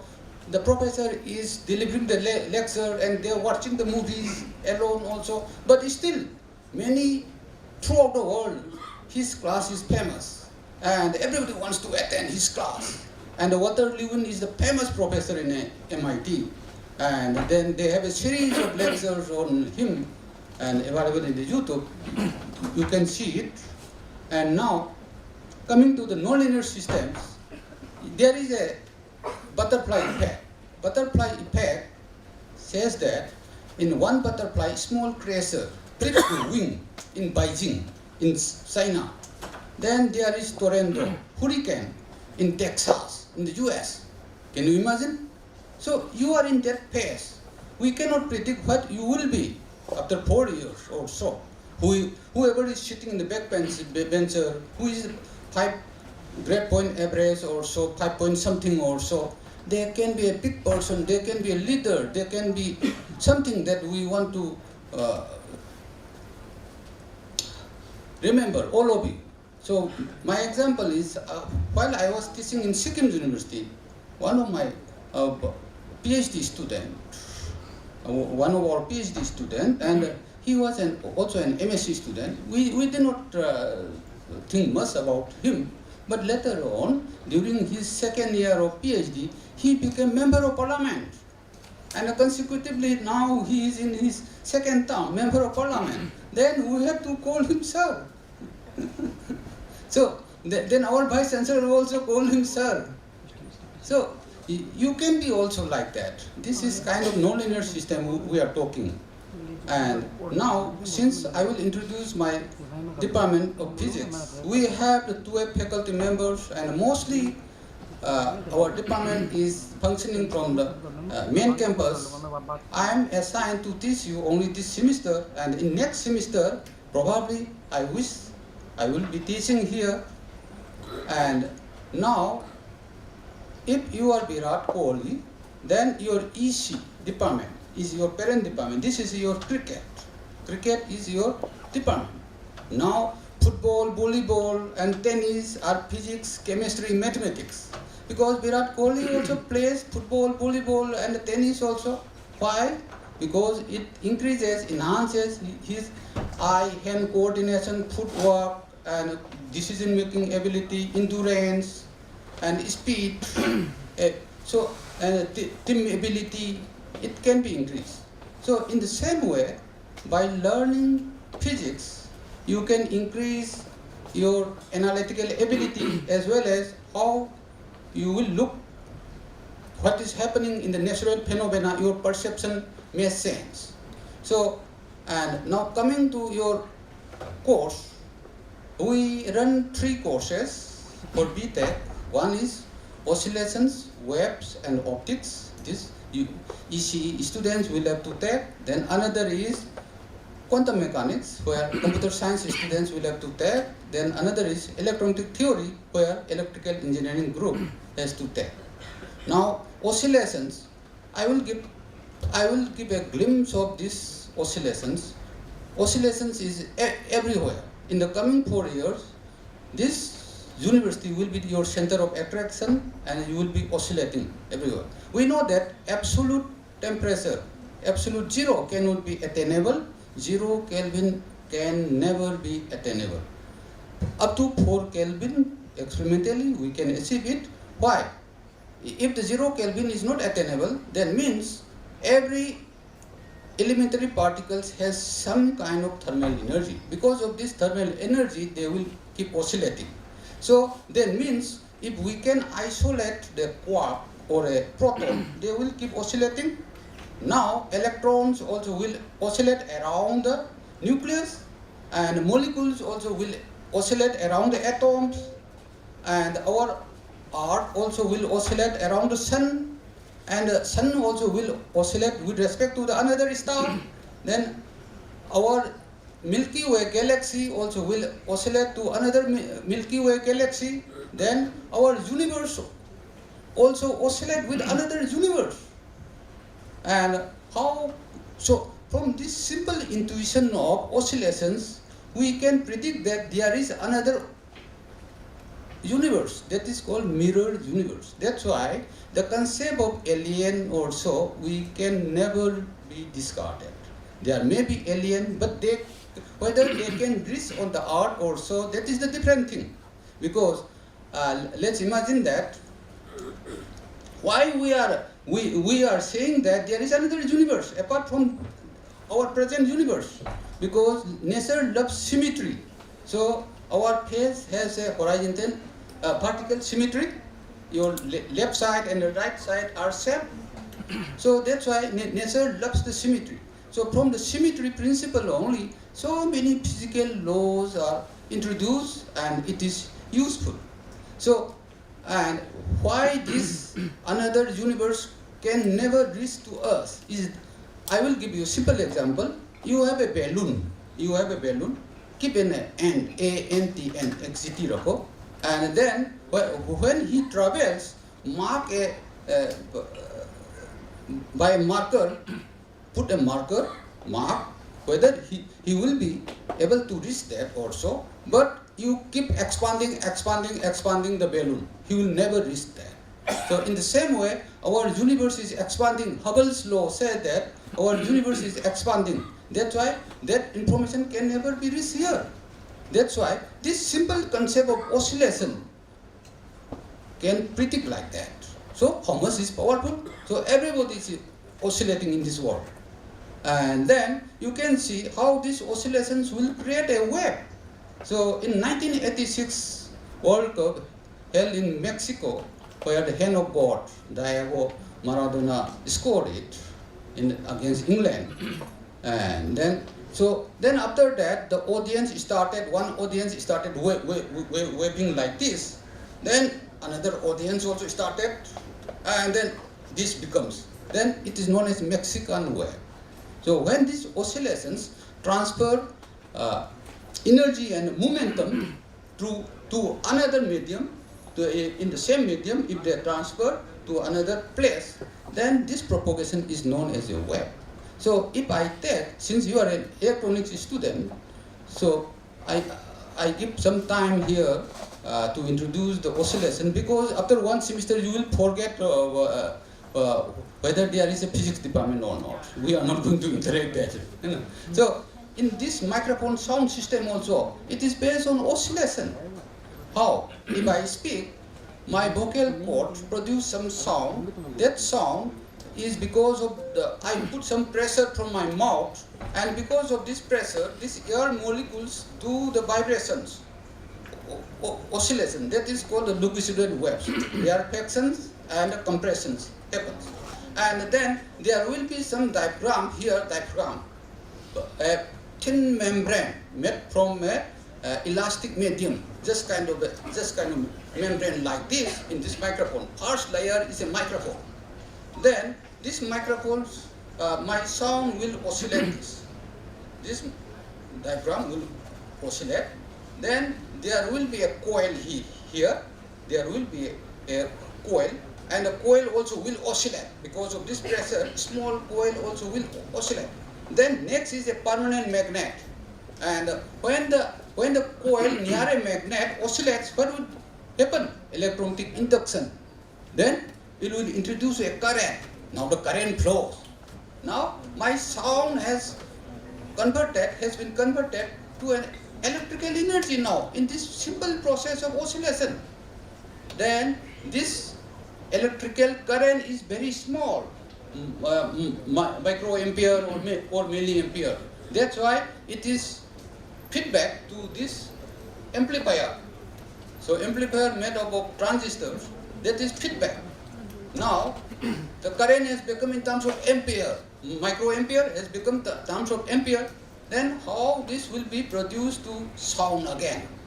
You have a speaker. In that speaker again,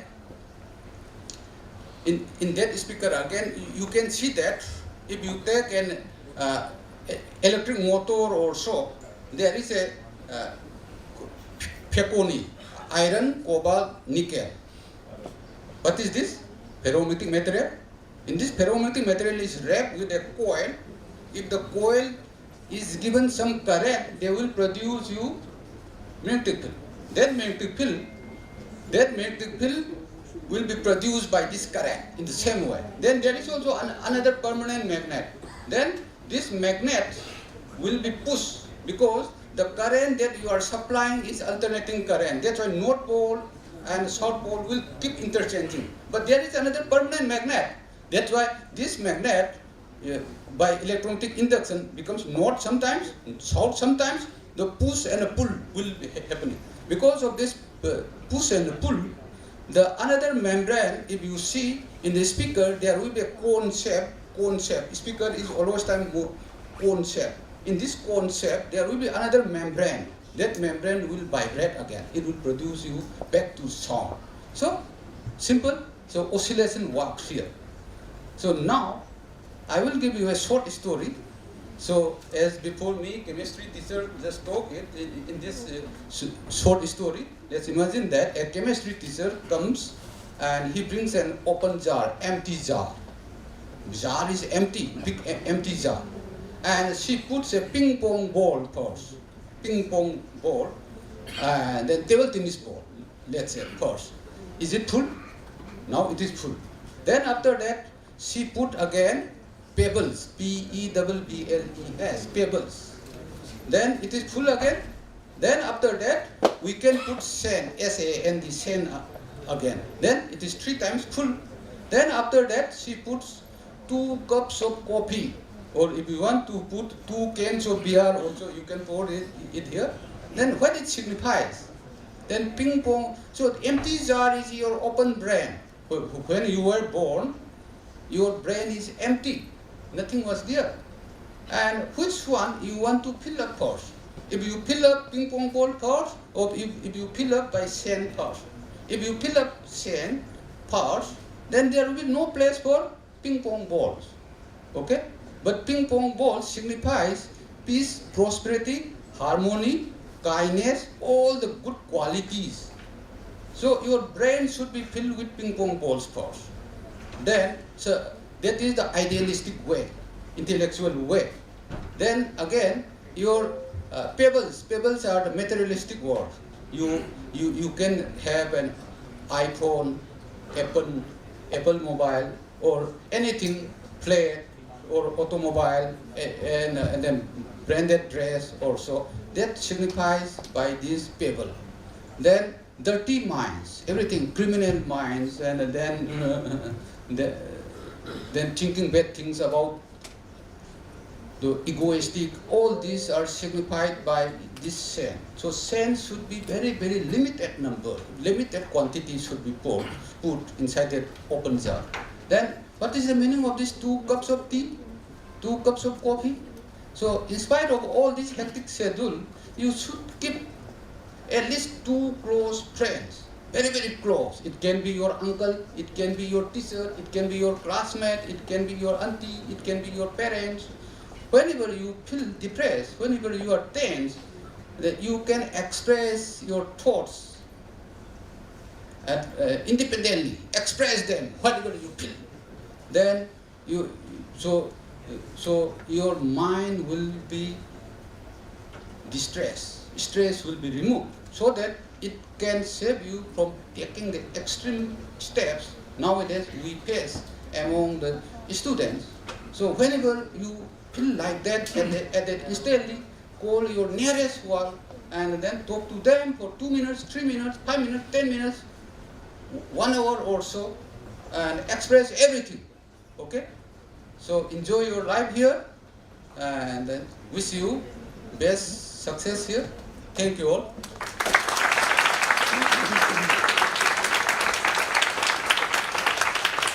Thank you very much, sir, for an inspiring session.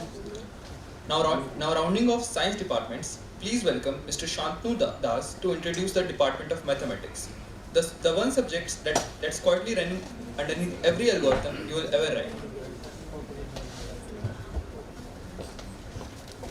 Good morning everyone, congratulations and welcome to NSUT East Campus. I am Shantanu Das, Assistant Professor, Department of Mathematics, East Campus.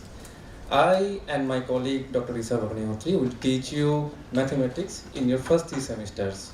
So in your first semester, we'll teach you Mathematics 1, then in second semester, we'll teach you Mathematics 2, and finally in third semester, there is a subject called Mathematics for Machine Learning. So doctor Hemam ने बहुत example दिया, मुझे भी लग रहा है कुछ example दे देते हैं मैथमेटिक्स के ऊपर। और इसी का ये कोर्स एआई और एमएल के बेस्ड पे है। तो अब बचपन से मैथमेटिक्स करे जा रहे हो आप लोग, sine theta, cos theta, determinant, matrix, differentiation, integration, vectors, सब कुछ करे जा रहे हो। अब इसको यूज़ कहाँ करना है, अब होगा यूज़ तुम लोगों का। और वैसे और भी मैथमेटिक्स सीखना पड़ेगा, लेकिन यूज़ है। अगर मैं तुम लोग को इंटरेस्टिंग एक एग्जांपल दूँ, नेटफ्लिक्स, अगर हम नेटफ्लिक्स यूज़ करते हैं, फर्स्ट यूज़र को क्या पूछते हैं नेटफ्लिक्स में? आप हिंदी में देखना चाहोगे, इंग्लिश में, गुजराती, कुछ भी, समथिंग, यू चूज दिस।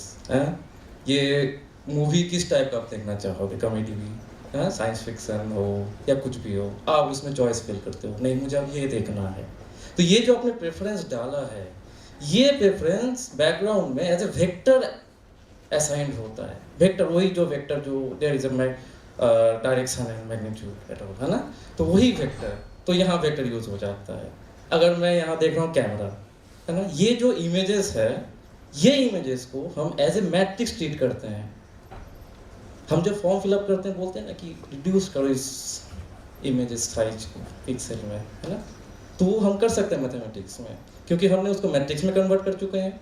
अब मैट्रिक्स का अगर मैं रैंक घटा दूँ मैट्रिक्स को बिना चेंज किए, तो मैं उसका साइज भी कम कर सकता हूँ। तो ये सब कैसे होता है वो सिखाएंगे हम, ठीक है। तो ये सब बातें हम क्लासरूम में करेंगे, ठीक है। Thank you, all the best, best wishes.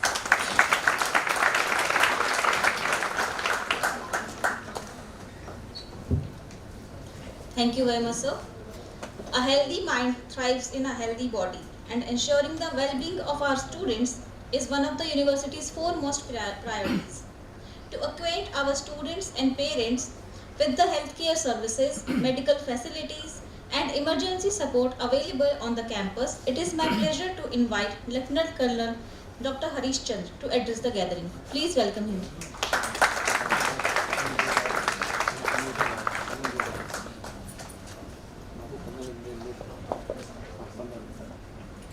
Good morning and congratulations all the students and our parents. I am the campus doctor, I am Dr. Harish.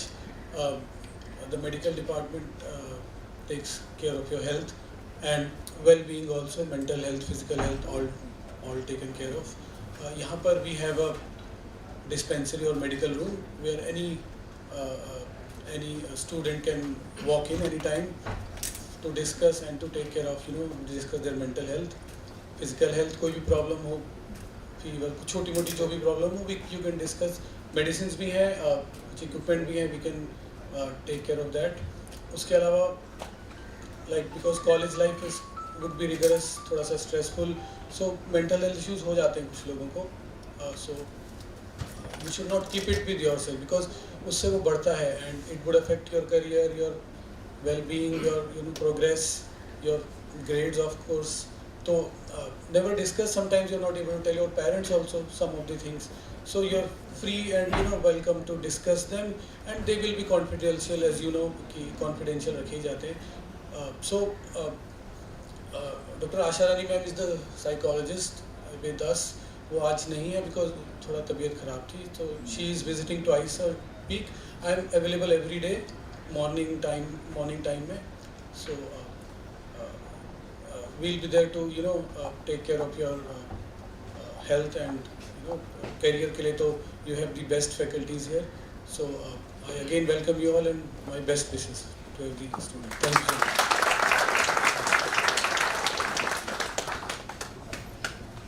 Thank you, sir. Our next session is of great importance for all our newly admitted students, as it will provide valuable insights into the academic framework of the university and the opportunities offered under the National Education Policy. To guide us through the academic regulations, curriculum structure, examination requirements, and the various provisions of National Education Policy through the NEP Sarthi program, it is my privilege to invite Dr. Vishal Gupta, Associate Dean Academics. Please welcome him.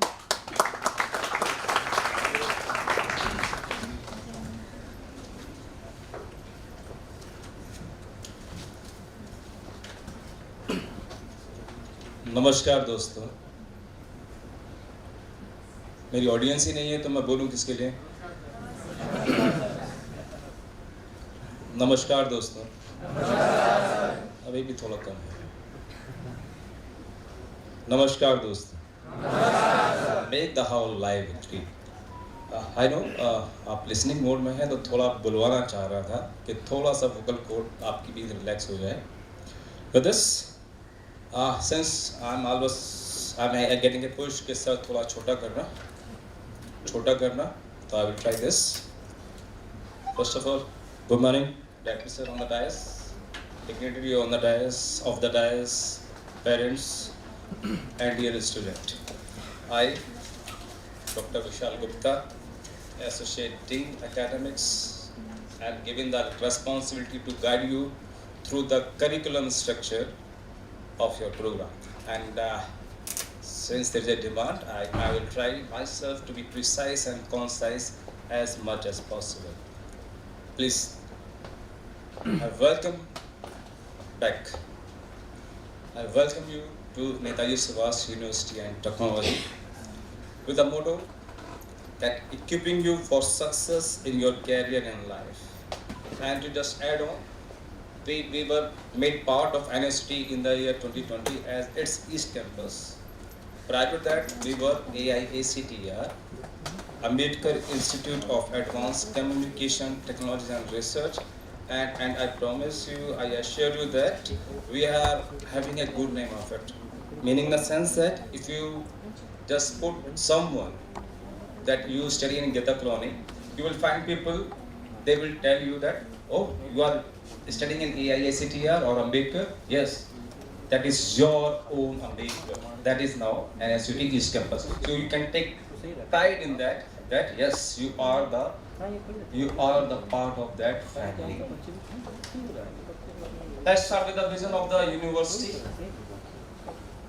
University strives to be a premier university of global recognition that provides excellence in education, research and development to create potential innovators and leaders to serve society and the nation.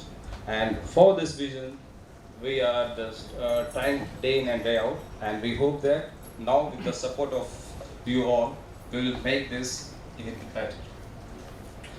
To realize this vision, we are having these 4 missions. The first mission is to promote academic growth by offering state-of-the-art UG, PG and doctorate courses. To identify the thrust area of specialization that meets the global needs. to undertake collaborative projects, basically to link the academia with the industry and to cater the needs of the society and nation, and to foster human potential by inculcating responsible behavior, environment improvement, ethics, innovation and entrepreneurship. Next slide please. In the East Campus, we are having two engineering departments, the Department of Computer Science Engineering, CSE, and the Department of Electronics and Communication Engineering, EC. Next. The courses offered by CSE departments are UG in two streams, CSE Big Data Analytics, CSE Internet of Things. We offer PG in two streams. One is MTech AI, MTech Information Security and Doctorate programs. If we come to the Department of Electronics, we offer one UG course, that is EC with the specialization in Artificial Intelligence and Machine Learning, ECAM, that is a popular name for it.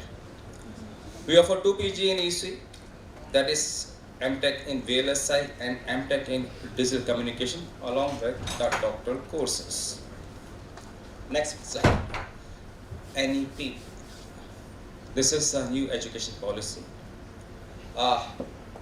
After this slide, I am going deep into the curriculum structure, and our curriculum structure is living the philosophy of NEP. Not only that, this is a stagnant part. Once designed and it is running altogether running. No, it's not like this. Every 4 years we are having a revision cycle. So depending upon the feedback of stakeholders, we sit together, we'll see what extra is required, what something is there that is stale, and we try to fit it into the structure of the university curriculum. So just to put certain few words of NEP, this will cater all the reservations or the idea or the things that our director, our honorable VC has said in the morning, our director has said in the morning, and the respective head of the departments and the other dignitaries have spoken out from this dais. So you will see the glimpse of all in the curriculum.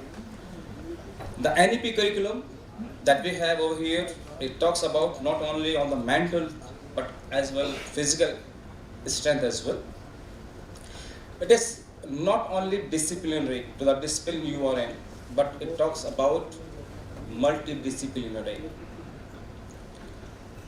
The curriculum mixes the traditional teaching along with the another few or newer facets of learning, and one of the learning is self-paced learning, and I assure you that that is a part of your curriculum. An overall idea is not only to talk about excellence, but transform you in a good human being. So with this idea, let's start with the structure of curriculum. As far as curriculum is concerned, we are having 4 buckets, or rather 5 buckets, in which all the courses of studies are put in.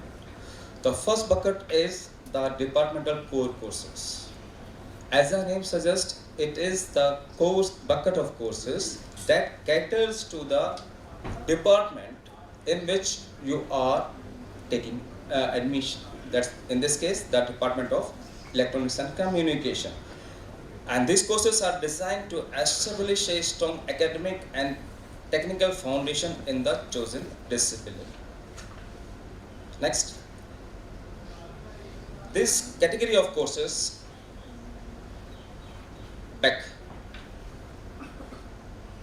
This category of courses is categorized into 3 smaller buckets.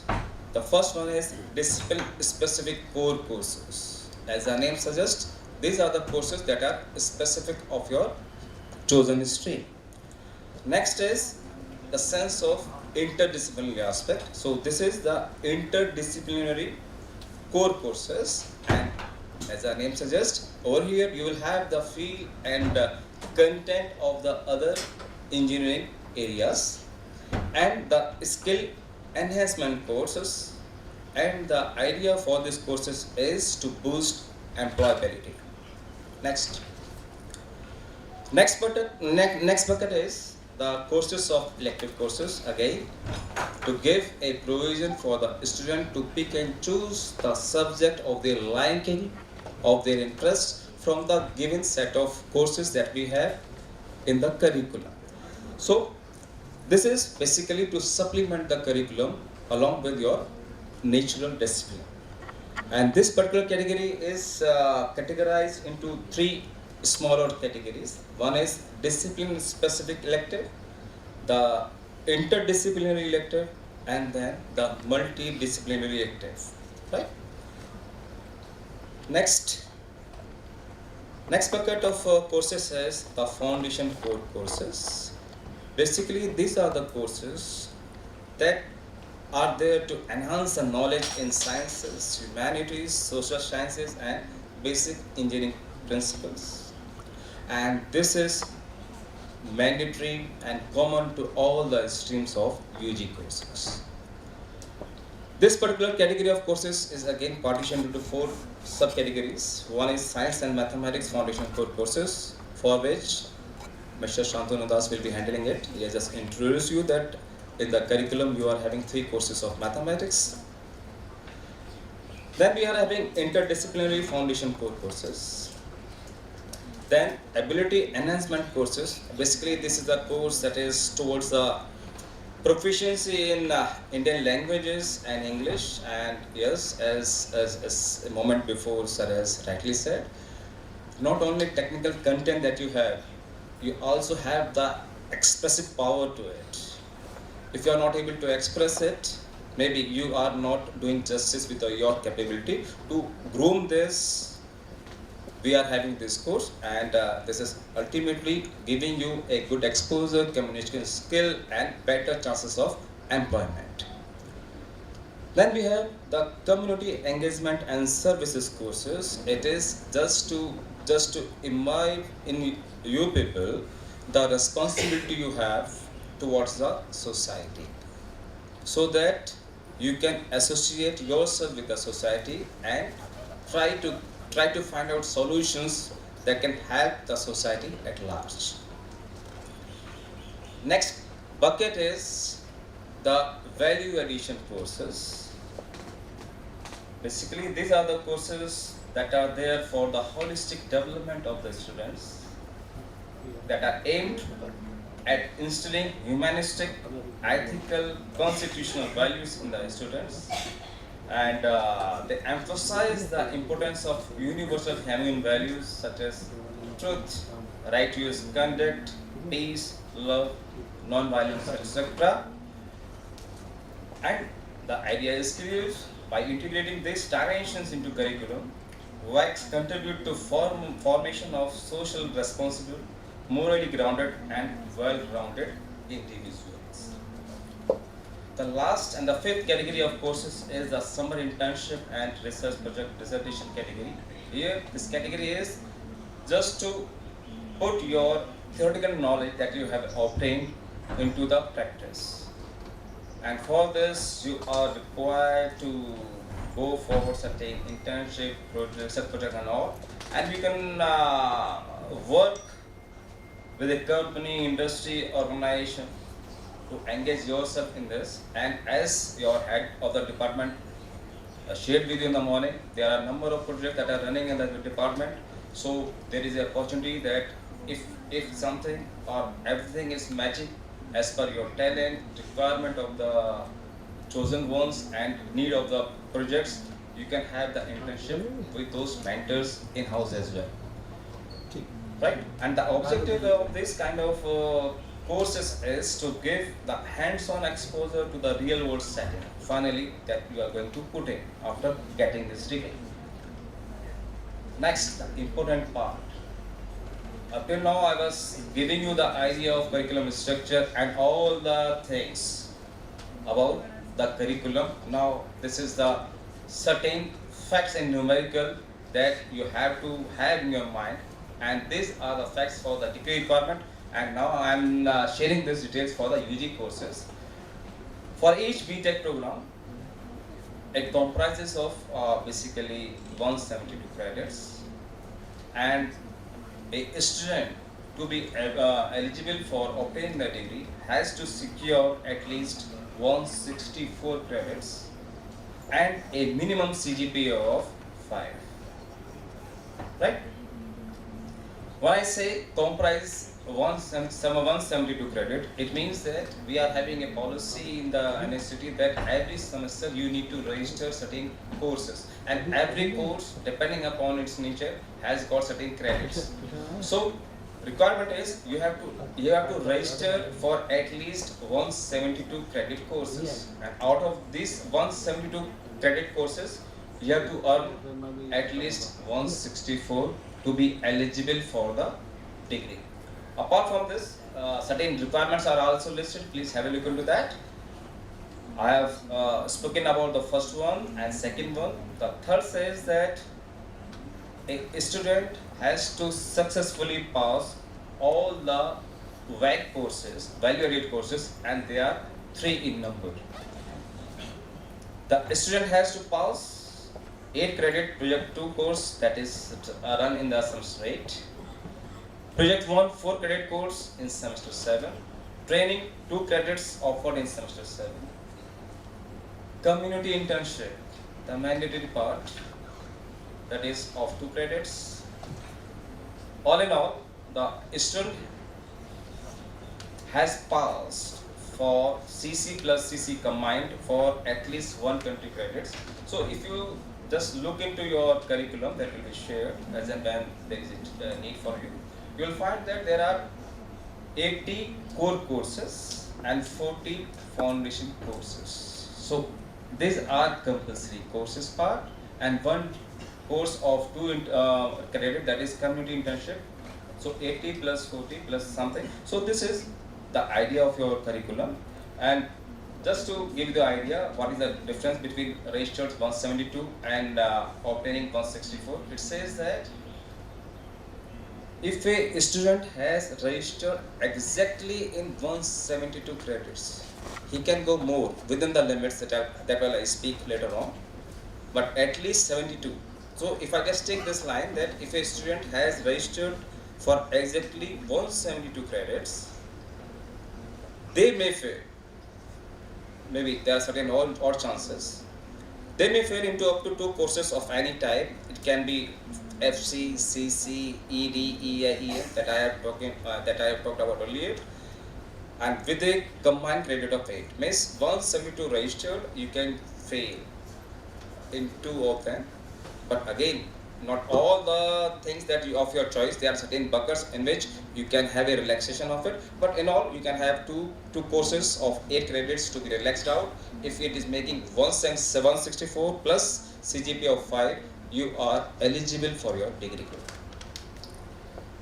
Just certain note for the students, for value-added courses, these are the mandatory subjects. These are the non-credit subjects. They are mandatory. Without clearing this, you won't be able to have your degree. But these are non-credit courses. Generally, they run one course each semester, and generally we run this course in first semester, second in second semester, and third in fourth semester. Right? Next, a note on community engagement services. Basically, this course is designed for 80 hours for first year, to be separated 40 hours in semester first and 40 hours in semester 2, and this is evaluated in semester 3, and it is just to see how you have engaged with the community. So there are evaluators for that. They will judge you for your 2 credit. Next, yes, please. Important slide. Let's have a look into this. You are, for UG courses, you are 4-year course, and you are in 4-year course. We are having semester system, so you will have 8 semesters. Every semester you need to register certain credits. So there is a maximum and minimum limit that is there in front of you, right? So just have a glance into it. First, second, third, fourth, fifth, sixth, and 7th and 8th. So what is it? If you just add the minimum part, what is the count? What is the sum total of minimum column?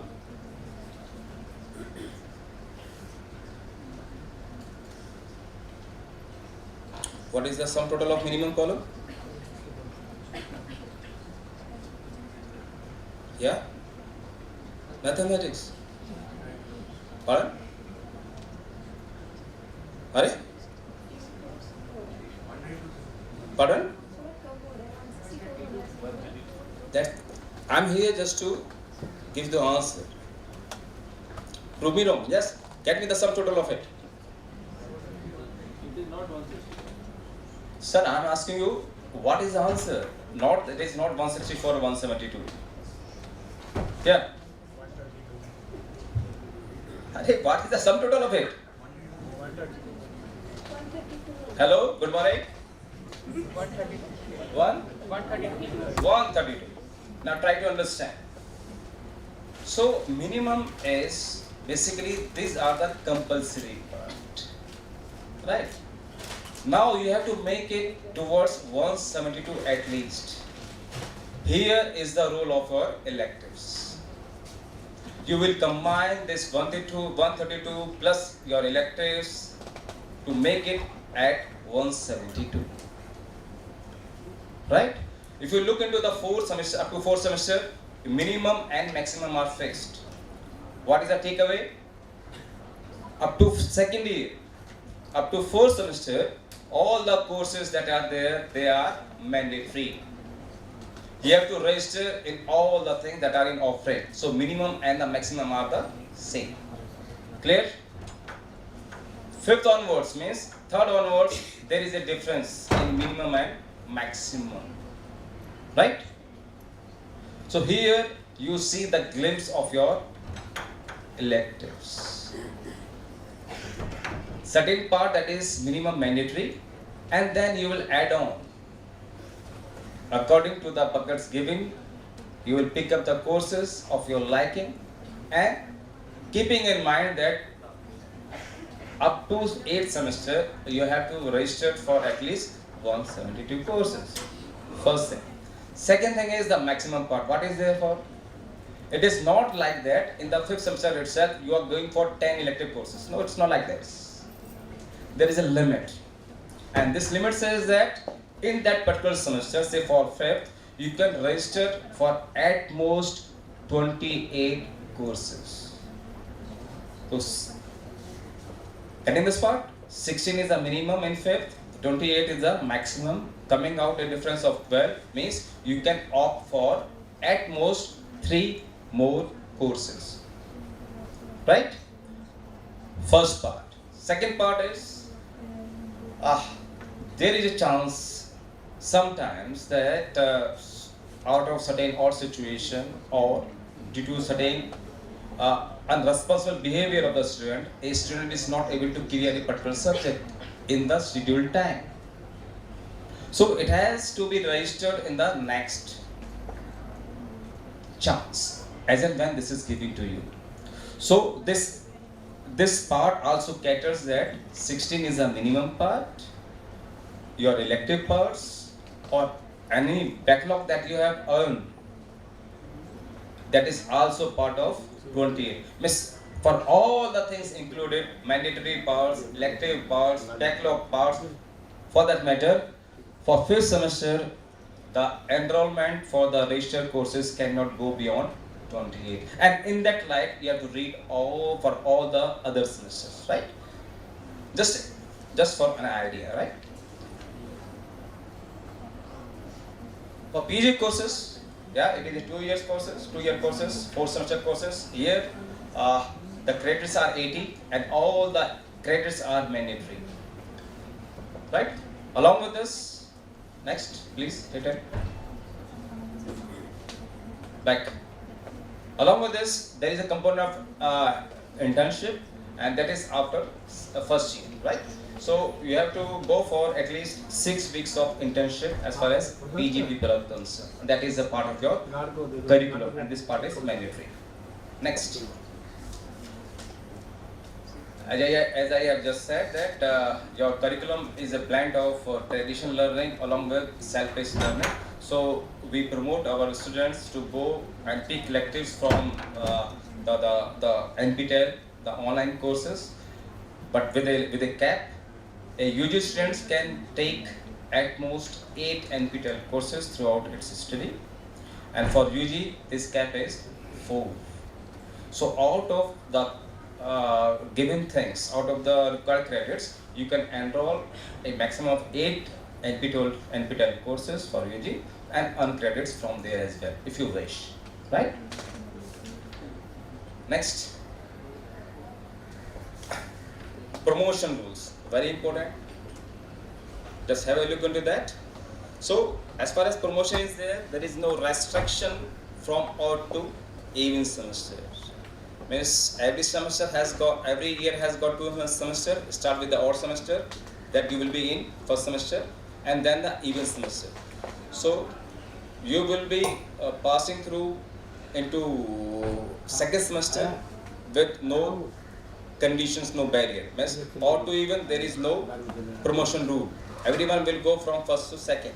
But from first year to second year, and as per the case may be, we have to follow, and you have to follow the promotion rule. For your case, I just put the case, say you are into first year, next year you have to, or you want to get promoted for the second year. The rule says that for getting promoted to the second year, you have to earn at least those many credits in first year that is more than equal to the minimum credits of the previous year 2 semesters, right? Say for example, if you have just taken note of this, in the first semester the credits are 20, and for the second semesters credit are 24. You can take a back slide please. Back. The first semester the credits are 20, in the second semester credits are 24. It means that from first to second year you will be promoted if and only if you have obtained at least 20 credits in the first year.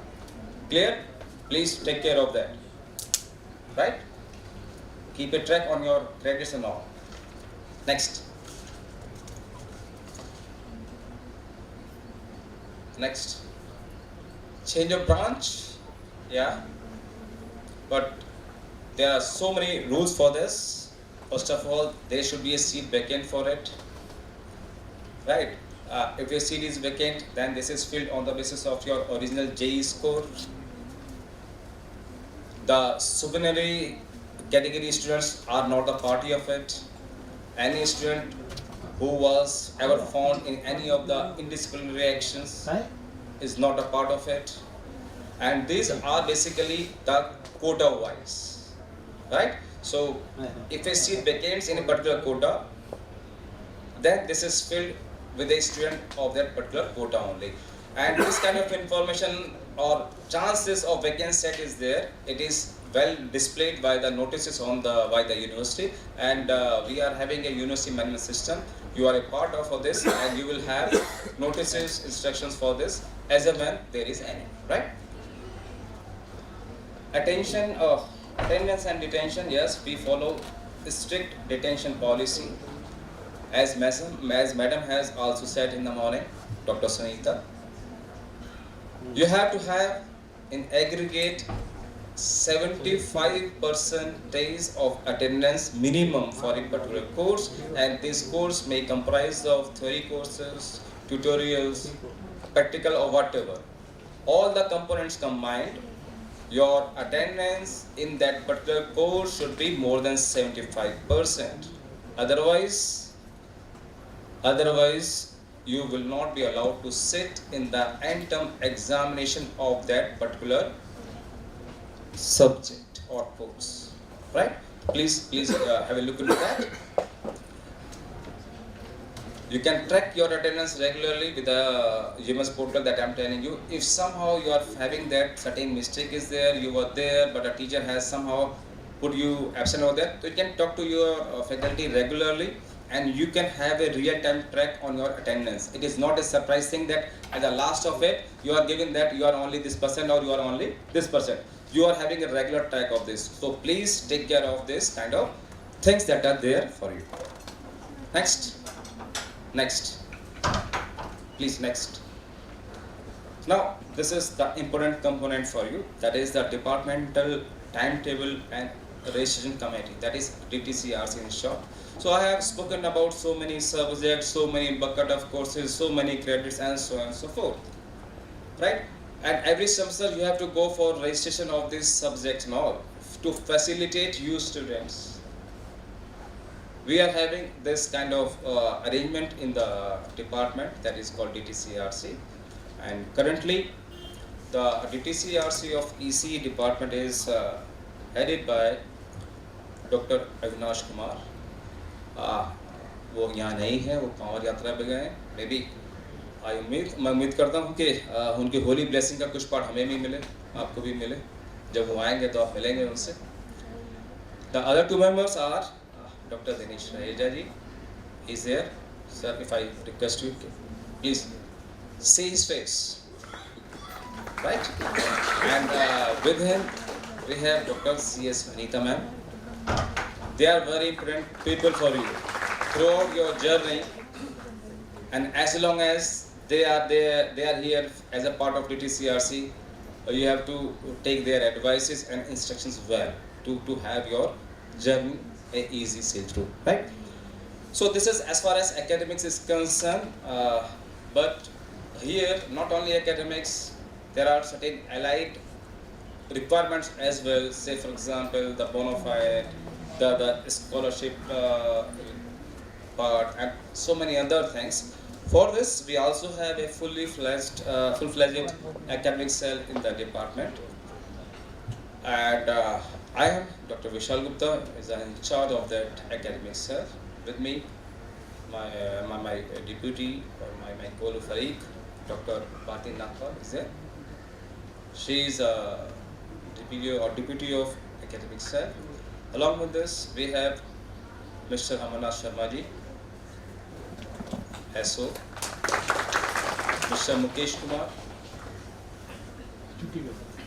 okay, and this cell is assisted by Supriya and Gulab. Are they there? Yeah, Supriya is there, Gulab is there. So, full team is there to support you, to help you out in your academics. With this, I just wish that your stay here is a fruitful stay, and together we will make this place even better to live in. With this, thank you all.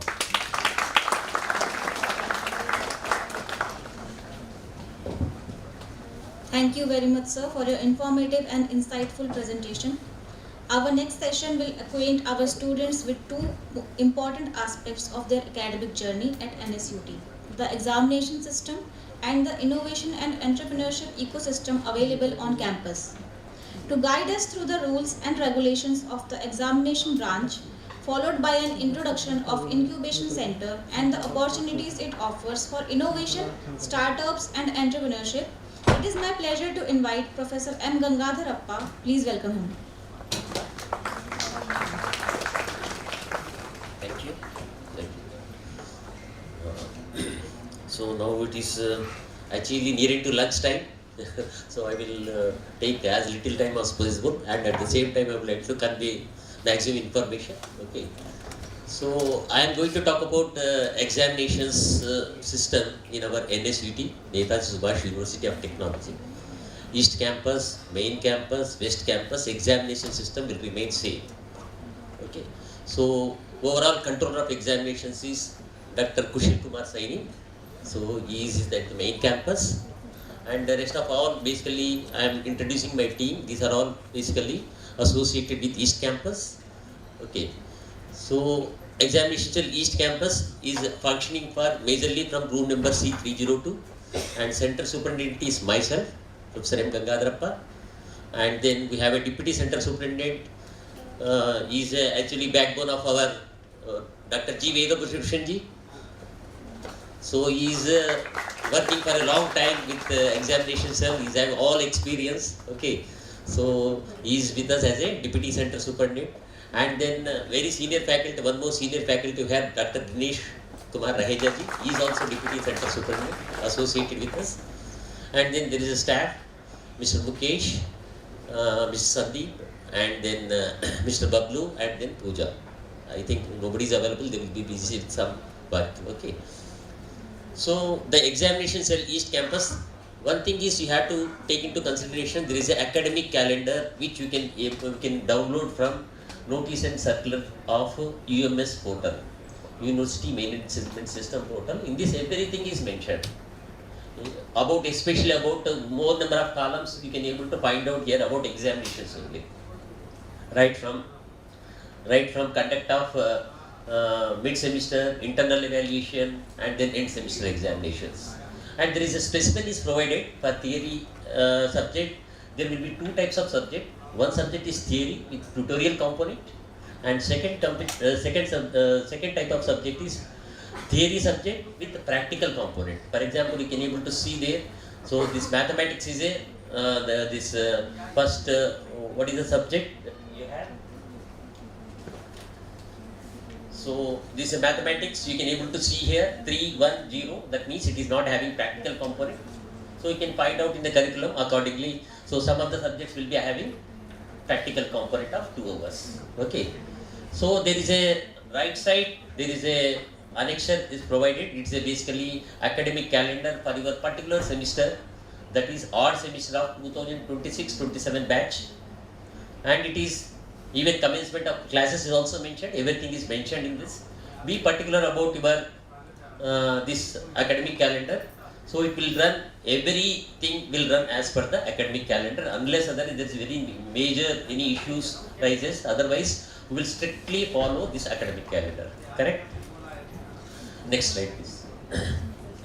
So there is an examination cell in East Campus. I have already told. Okay, there is an evaluation scheme. Now each subject must be evaluated. Normally exams student is going to be little bit under pressure, and then some pressure mode, and then some tense mode. But I suggest right from day one, apart from your curricular activities, extracurricular activities or anything, try to learn continuously till, because the semester is very short. You can able to see here in the end, 29th December, the examination also, your first semester examination result is being declared. That means how many months you have? From now, you hardly have 4.5 months. In 4.5 months, you have to complete entire first semester with all the subjects with some respectable grades. Okay, so take that into consideration. Okay, and then work accordingly, make it as a learning as a habit, and enjoy the examination process. Don't be in pressure mode. Okay, so that is my advice. Okay, don't, when you will be pressure mode, when you are not studying continuously. Suddenly you are just sitting before one day or before just 1 week before the examination, you will be trouble, and you will be pressurized automatically, and you will even think about some unfair means. All these things try to avoid. Actually, we don't want that our students should be troubled. That is first thing. But still we have to follow some examination code and conduct.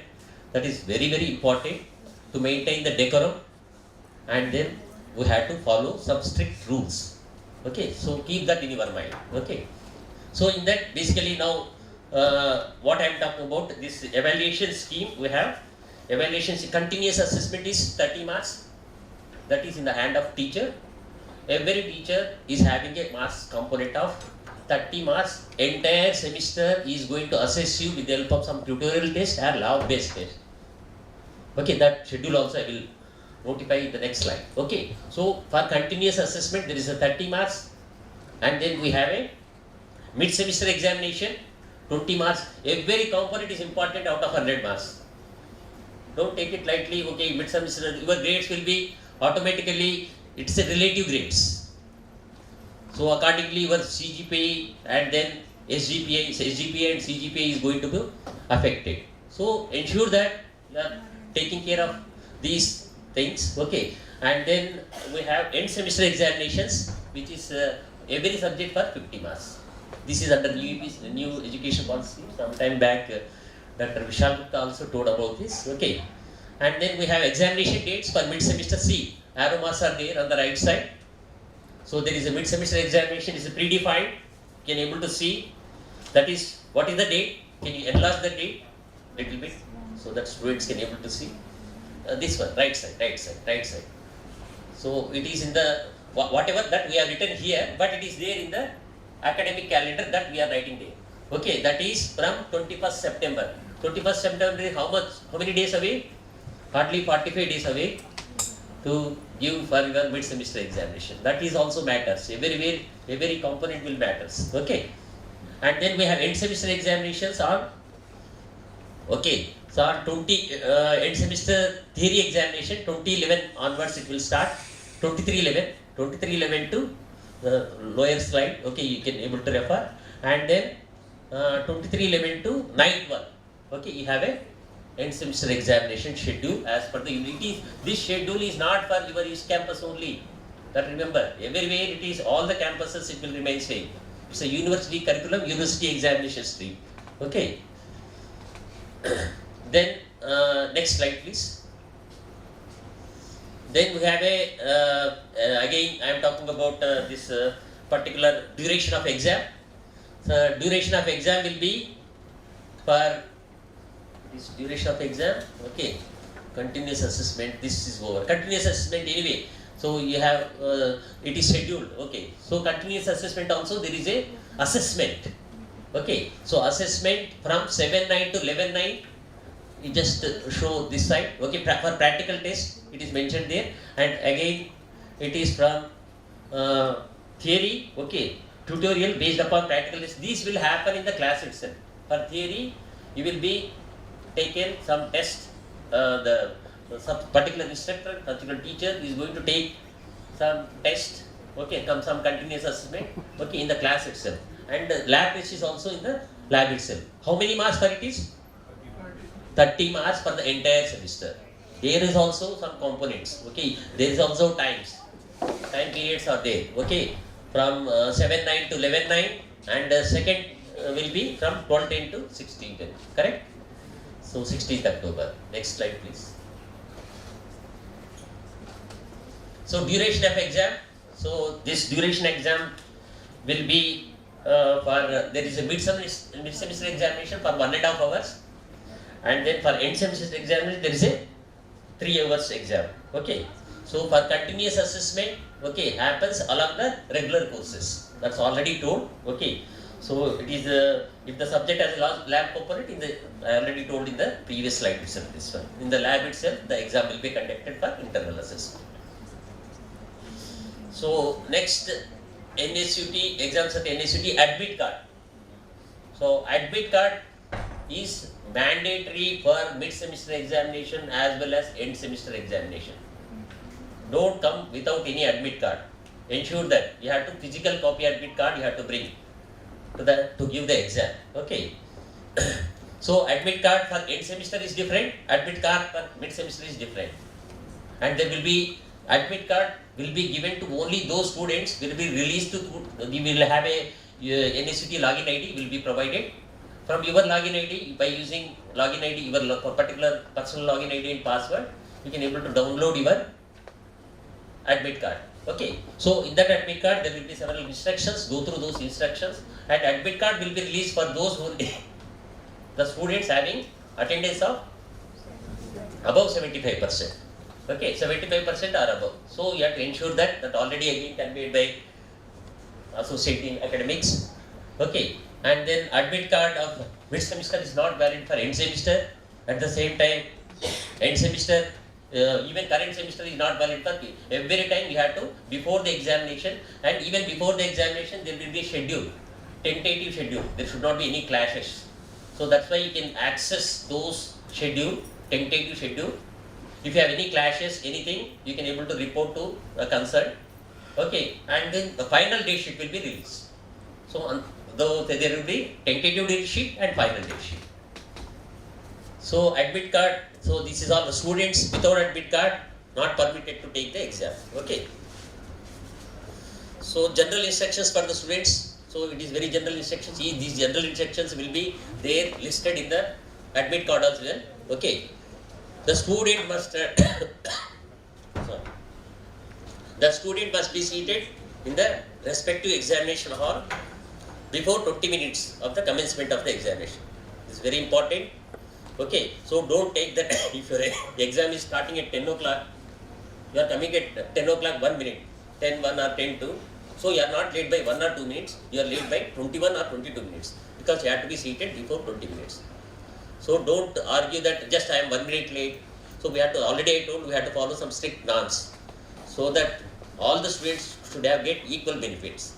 Okay, so that is what is actually examination process. Examination process basically to map your intelligence, whatever you learn, into some numbers. You have to convert into mapping into numbers. Though mapping should be as fair as possible. So we have to ensure, and yourself also, you have to ensure no unfairness, no nothing you are indulging, so that we are having genuine grades and genuine marks. Okay, so that is very important. Okay, so and then once the examination starts, nobody is allowed. Okay, and students without admit card and ID proof shall not be allowed to give exam under any circumstances. Already repeatedly it is told. Okay, any valuable items, or these are all basically not valuable items, even unfairness also, all these things like watches, smartphones. Okay, watches means digital watches which is programmable. Okay, and then earphones, Bluetooth devices, all you should avoid, and that is also again written in the admit card instructions. No student will be allowed to leave the examination for drinking water to the washroom in first 1 hour and last 30 minutes except under exceptional circumstances. So that you keep the first 1 hour, you are not allowed for washroom. But for mid-semester 1.5 hour examination, you are not allowed generally for any washrooms. Mid-semester only 1.5 hour. For end semester, this I am talking about. For mid-semester under special circumstances only, student they have some medical issues or something, we will allow to washroom. Okay, so for 1.5 hour prepared before entering the entry hall. Okay, so your preparation must be proper. So students are not allowed to submit the answer sheets before half of the examination. That is, if it is a 3 hours exam, before 1.5 hour you cannot able to leave the exam. So this is also some rule. And then after 1.5 hour and before 30 minutes of the end of the examination, you can leave the examination hall, but you have to submit the answer sheet also to the invigilator, faculty or invigilator particularly present in that particular exam hall. Okay. So, and then detention, again I will cut short here. Detention is explained by him. Okay, detention, why I am going to write again here. This, since it is the examination process, I had to say. So few points. It is prepared by Dean Academics, published in the UMS portal. You have to check your UMS portal whether you are following. But you can check in the app in the UMS this login ID also. How many attendance you are having every day? You can able to check what is the percentage of our attendance. So maintain your attendance accordingly. It is per subject, not for entire semester. Every subject you should have 70. So display of detention list also is arrow 1. 2011-2026. So you will not be appeared to give end semester examinations without procuring your attendance of 70%. That is, if you are detained. Okay. So students are detained as per detention policy of academic section. Students will be detained subject wise. That also already told. Conduct of examinations next. So conduct of examinations as per the ordinance of NSUT, there is no scope of conduct of re-exams. Suppose we are missing the mid-semester one of the exam, you cannot ask that I will give me one more chance to appear in the exam. Once mid-semester during the period it is conducted, there is no re-exam at all. That is applicable as well as to end semester examinations as well. Okay. So do not indulge in any kind of unfair means activity during mid and end semester time. There will be a flying squad. Even if any suspicious, then flying squad will physically frisk particular student. Okay, and then if you found anything else, you will be it will be reported to controller of examinations. It's a team, very strict. There is a flying squad which is going to other than invigilators, So of course they are going to watch all the time. Other than invigilators, we have a flying squad as well. Okay, so ensure that you are not indulging any unfair means. So when you are already told, when you go for unfair means, when you are not studying regularly, that again I am underlining. Don't create pressure yourself. Enjoy the examination process. Enjoy it. Okay. Enjoy the learning process and happily give your exams. Okay. So center evaluation, there will be students have to physically available in the campus due for the display of marks. Okay. Display of end semester mark sheets and as well as mid semester mark sheets is available. Okay. Even you can able to see your mid semester marks, how many you got. Answer sheet will be shown by particular concerned teacher. You can able to see how many marks you have got, and you can able to check if you have any genuine reasons, you can climb that also. Okay, so for end semester as well as mid semester. So there will be final declaration of result that I told already in the beginning. Okay, final declaration of result. What is this date? 29 December 2026. So it is typically a hard deadline, but due to some issues, it may be displayed, it may be, sometimes it may happen 1 or 2 days, may be delay, but normally it will be displayed on that particular day. So again, our semester, after even semester starts, that is there, 1 month from New Year, first day of New Year, you are going to start with second semester. Clear? So this is all about the pattern of examinations at NSUT. Okay, and then you hope you will, other than your extracurricular activities, continuously spending some time for learning. Okay, so that will be put in comfortable position. Okay, all the best. With this, I will end up my talk on examination process, and then I will talk about one more slide, one more PPT I have. 5 minutes. 5 minutes. Okay, I will try to wind up in 5 minutes. That's already I told. All of you might be getting hungry. Okay, so we will not take much time. Okay, but at the same time, I would like to convey maximum information. Okay, so AICTR Incubation and Research Foundation, as Honorable VC sir already told, student must think about out of box, some innovation, some creativity, several things. Honorable VC sir mentioned. So that part related to our Incubation and Research Foundation. So you can execute your skills, you can think out of box, create your innovative things, and then those innovative thoughts, if you have innovative thoughts, you can able to project those innovation thoughts which can be converted into startup, your own company. That means you can become not only as a student of NSUT, you can parallelly, you can become director of your own startup company. For that we are going to provide necessary infrastructure, okay, so and then facilities, okay. So that is basically AICTR incubation research. What is incubation? Incubation might be knowing the meaning of word. Generally it is, literal meaning is a parent bird sits on its own eggs to keep it warm so that it can hatch. Okay, so like this. So your incubation, we are also going to take care of all those. That means what basically it's some conducive atmosphere it is going to provide. That's why it's incubation center name is given. So even your, I told even yesterday also, your home is also incubation center. You are given proper infrastructure, proper facilities.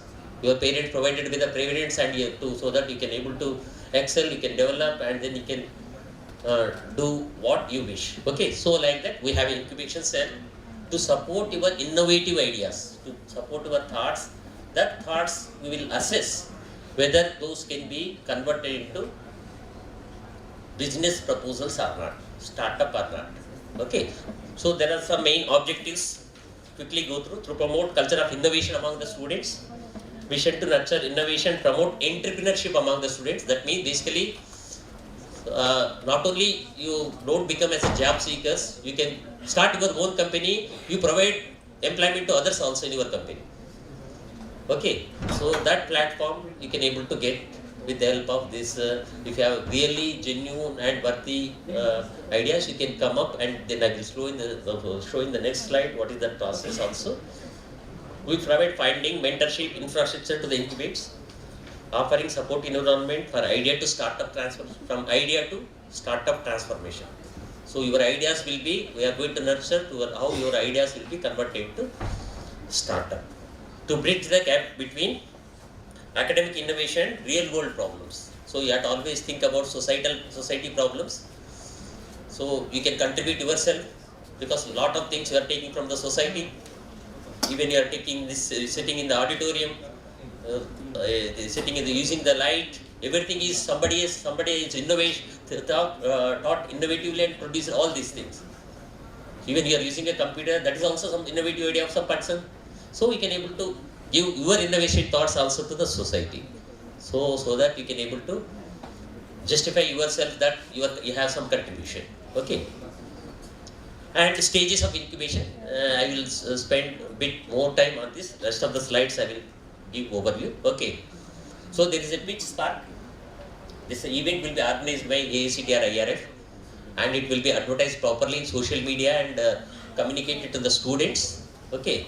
So this Pitch Spark is served as a launch pad. That means whatever the new ideas, you can submit the form or you can online form something and you can able to project yourself. I am having this innovative thought.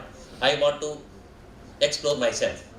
So in that Pitch Spark, you are going to is a launch pad. So you are going to give the presentation and based upon that presentation, your feasibility of your idea is going to be converted into startup. All will be assessed by the expert team as well as directors of AICTR. One more director of AICTR, we have founder director and Rashmi Gupta is also with us. That is anyway in the last slide. Okay. So she is also with us. We are going to evaluate 2 directors as well as expert team. And then based upon the evaluation, if it is really worthy and it can be turned up, it can be transformed into startup, then we will support the students with pre-incubation agreement. That is the second process. With this pre-incubation agreement, we are going to provide some particular facilities to the student and then you will get some exposure, you will get some platform. What are the main problems if as a student, as a as a just budding student, what problems you will face to establish a company? Generally, you don't get proper mentorship. Second one, financial issues. Third one, sitting space. Company, for establishing a company, you should have some room, some accommodation also. All those things we will provide in the campus itself, East Campus. Even in main campus also, we have this incubation, IAF. We are IRF, that is the difference. Okay, and then startup review meetings will be there. That is third component.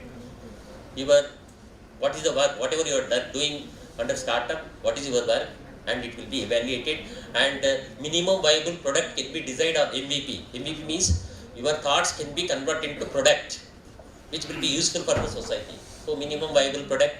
So if it is feasible, then we will convert into proper incubation. Okay, so last will be the proper incubation. The starters incubated based upon the considerable progress, MVP's feedback and commercialization of the product. That is very important.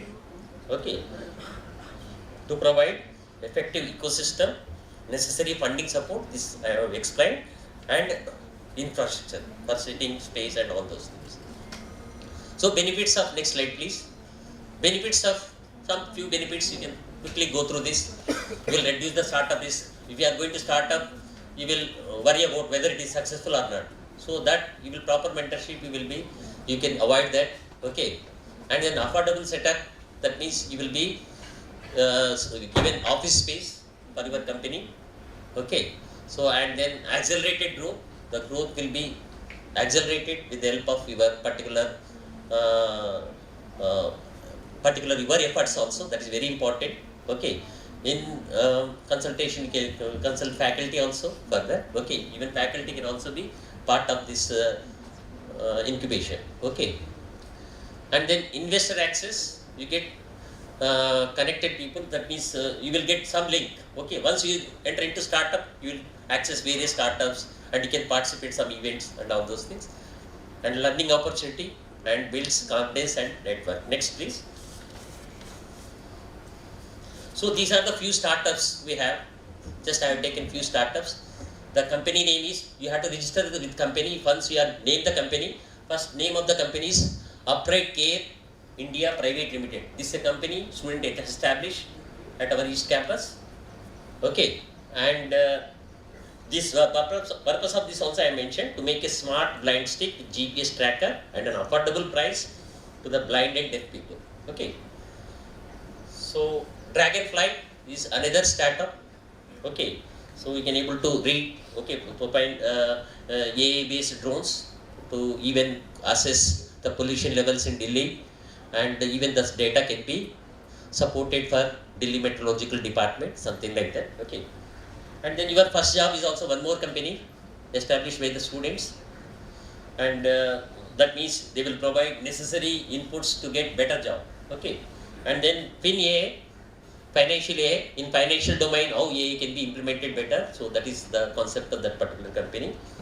And FutureXI, it is basically works on Mayakriti of image generation, useful for to create different AI models based upon the images. Few landmarks. Next slide, please. I am just talking about few landmarks. To date, 13 startups that you can go through. Even finding external funding of some amount also I have mentioned. And our startups, last para, our startups are actively building solutions in cutting edge, such as artificial intelligence, drones, health tech, and education. Making AIs. You might be wondering about what is AICTR. AICTR is our old name, Ambedkar Institute, before becoming East Campus. At that time, from 2017 itself, we have this incubation. So before it is becoming NSUT. Okay. So that is the thing. Next slide, please.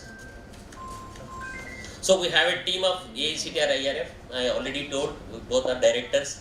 Professor Rashmi Gupta madam, she is the HOD of our department as well. I am also faculty in EC department. Okay, so we are both associated with this AICTR of directors, and we have Chief Executive Officer, this is Himanshu Singh. He is also Chief Executive Officer of Incubation Center at main campus. Next slide. So some student achievements. Students are getting some laurels. They are getting even participating in some hackathons. They are going to compete with approaching some industries, getting grants, several things. Students' achievement you can able to see. Few pictures just have provided. Next. Okay, so thank you. All the best. So other than academics, already I talked about academics and examination process. Other than academic this thing, you can explore yourself and you can give wings to your own thoughts. You can excel. It's fun. Okay. Okay. Take care. All the best. With this, I congratulate all parents and all 2026 batch students.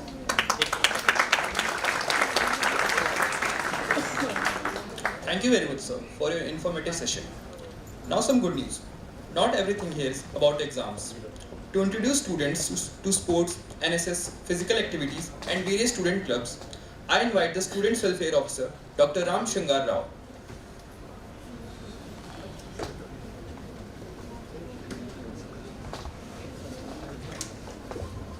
Hello, thank you so much for inviting me here.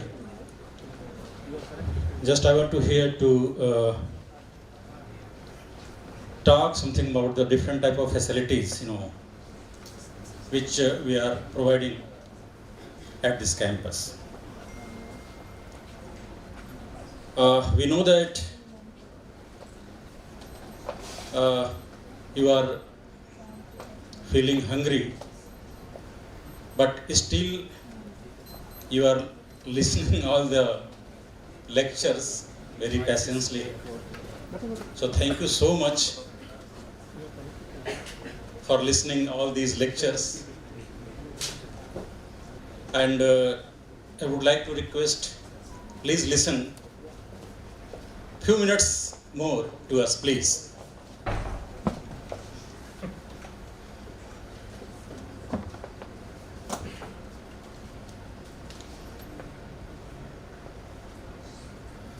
Students, especially new admitted students,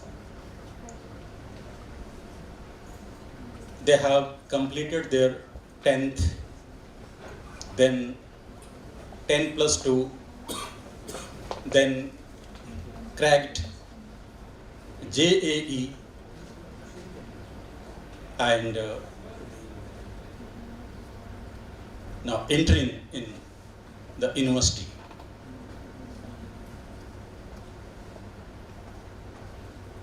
Just I want to say that you are winning everything step by step to make yourself a powerful person in the life. इसका मतलब आपको जीतने की लत लग चुकी है।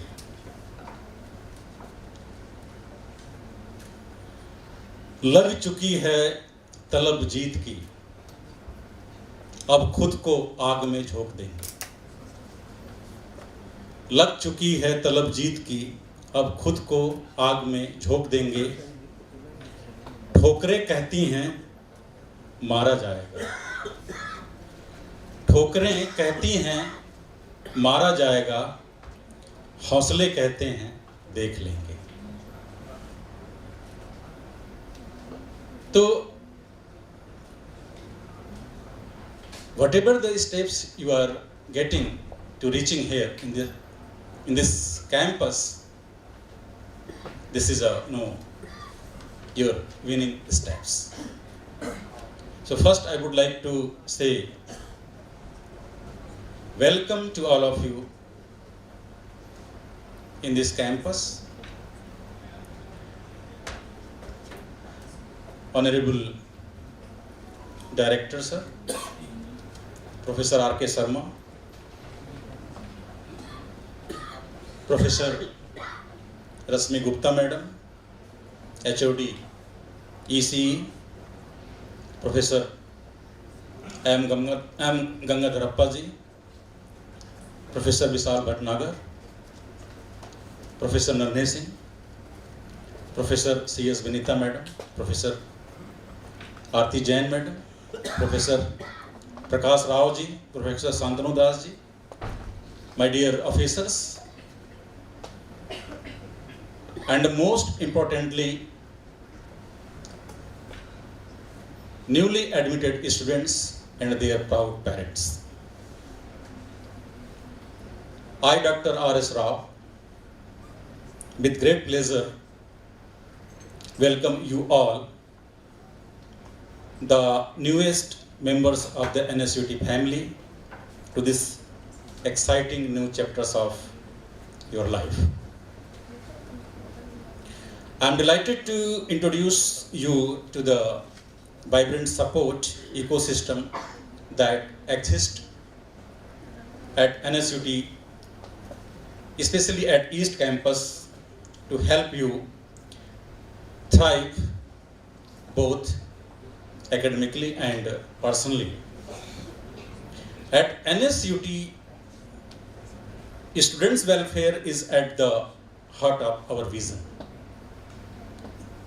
ensuring every student receives the support, care, and opportunities they deserve, basically.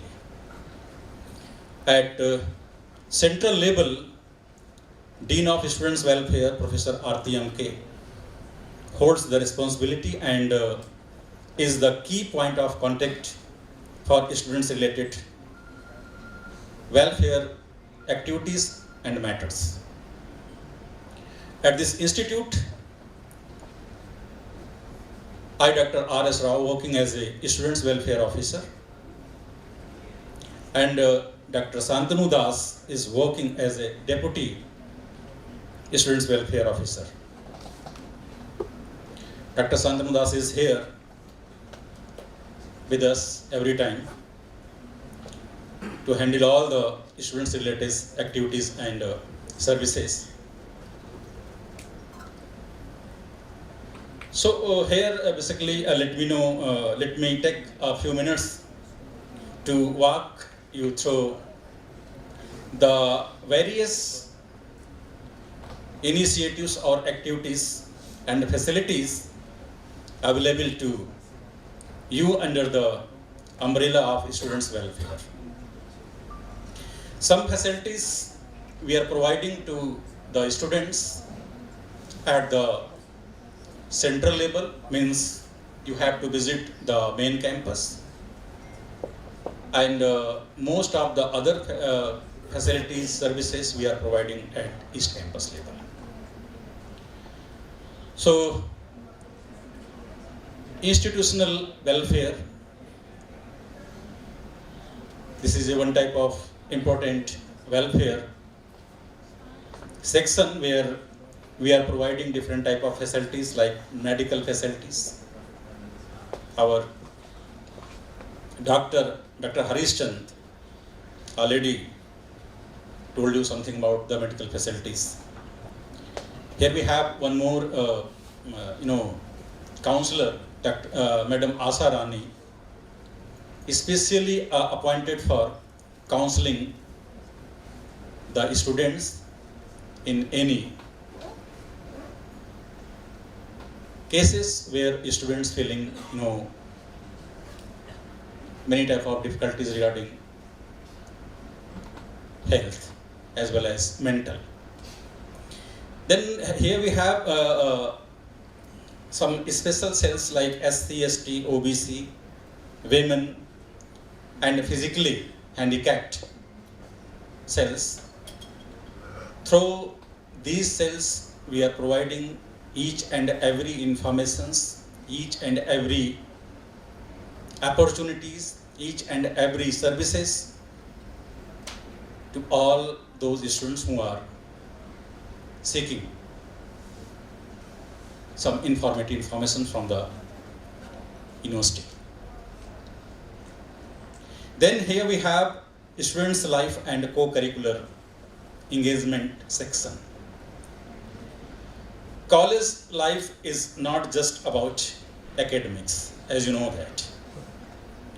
It is also discovering your passions and talents, your ability, your skills. So at NSUT, you will find a thriving culture of students run facilities, activities, clubs and societies in various fields. Fields are basically, cultural clubs. Here we have cultural clubs.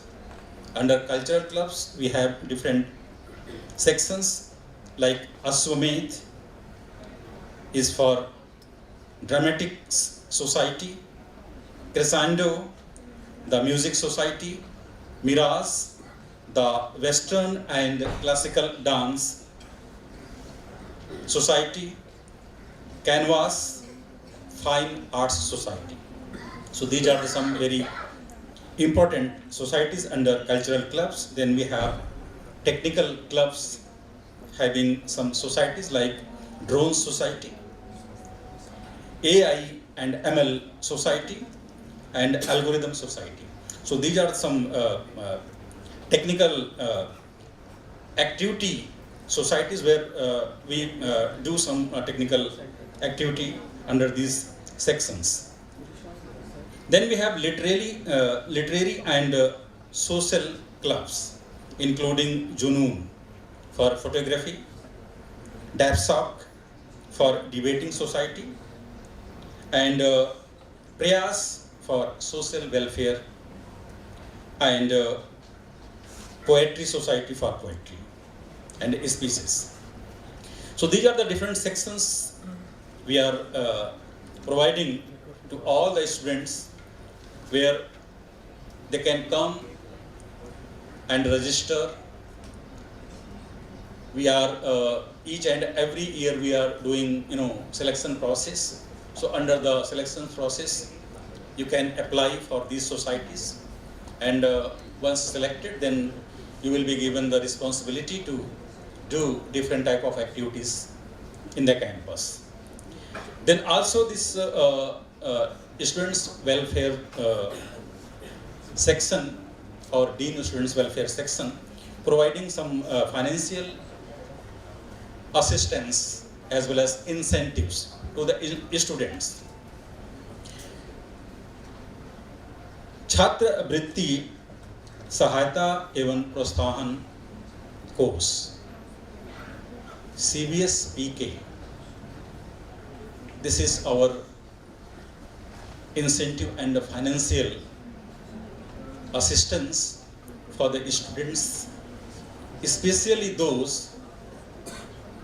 who are topper of the university, or in some cases if someone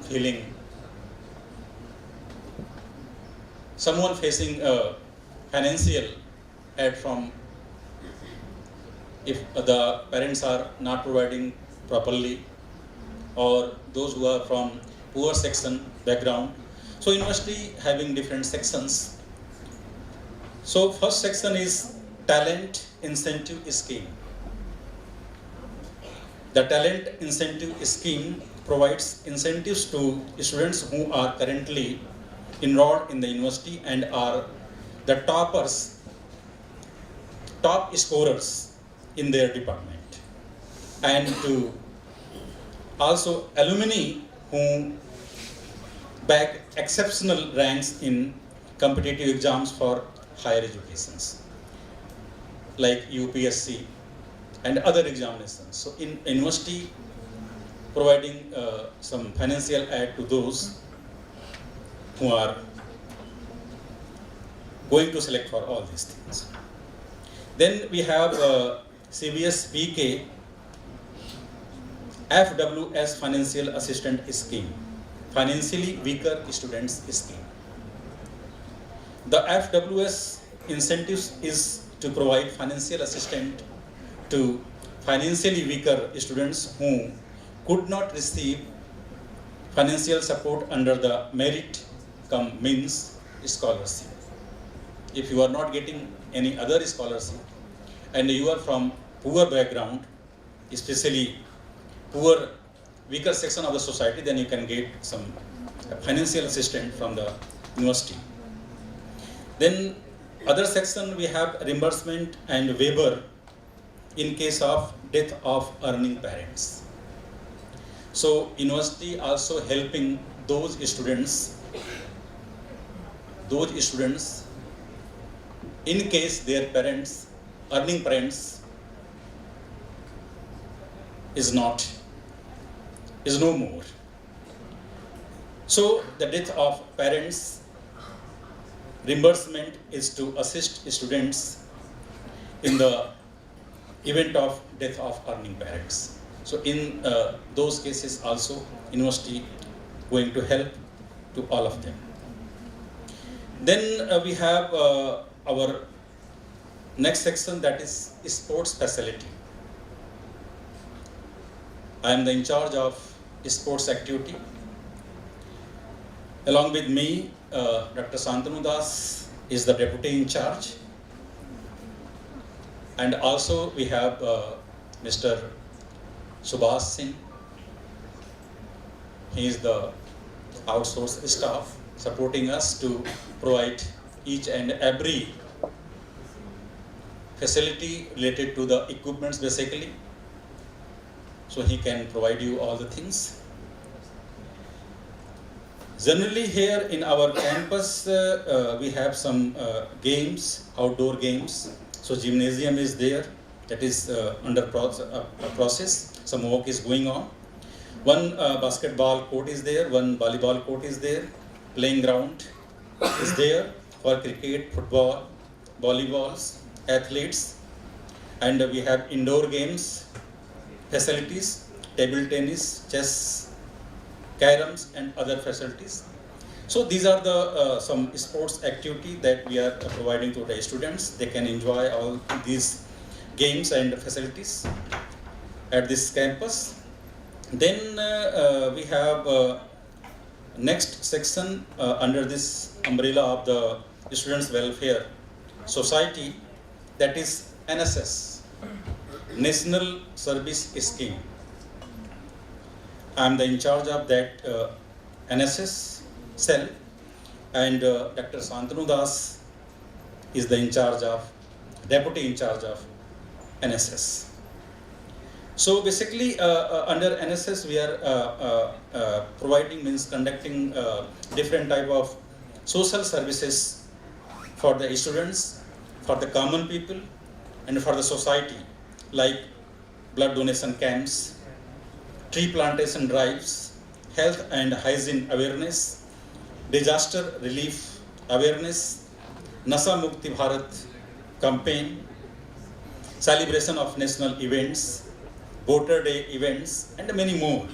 So many of the activity we do under this NSS scheme at the campus. So finally, I would like to conclude, and I would like to urge all of you to go with these opportunity to maximize the potential of available opportunities, focus on proactive preparation, strategic networking, and continuous learning. Clarify your goals, assess your skills, and be open to new experiences. Whether it is academics, sports, arts, or social activities, NSUT is your platform to learn, grow, and lead. And always remember, the Office of the Dean of Students' Welfare is here to guide and support you at every step of your journey during these 4 years, basically. So once again, welcome to all of you, and welcome to the parents who are here. And we pray to God, you do here good, learn something more, and make your future strong. Thanks a lot. Thank you very much.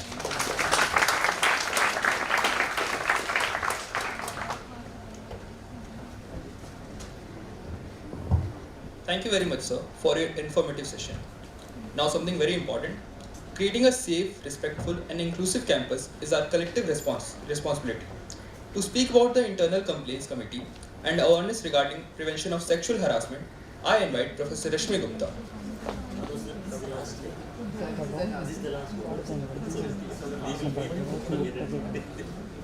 Yeah, this is the last, interaction, so don't worry, I will take only 3-4 minutes maximum. Fine? So, good afternoon.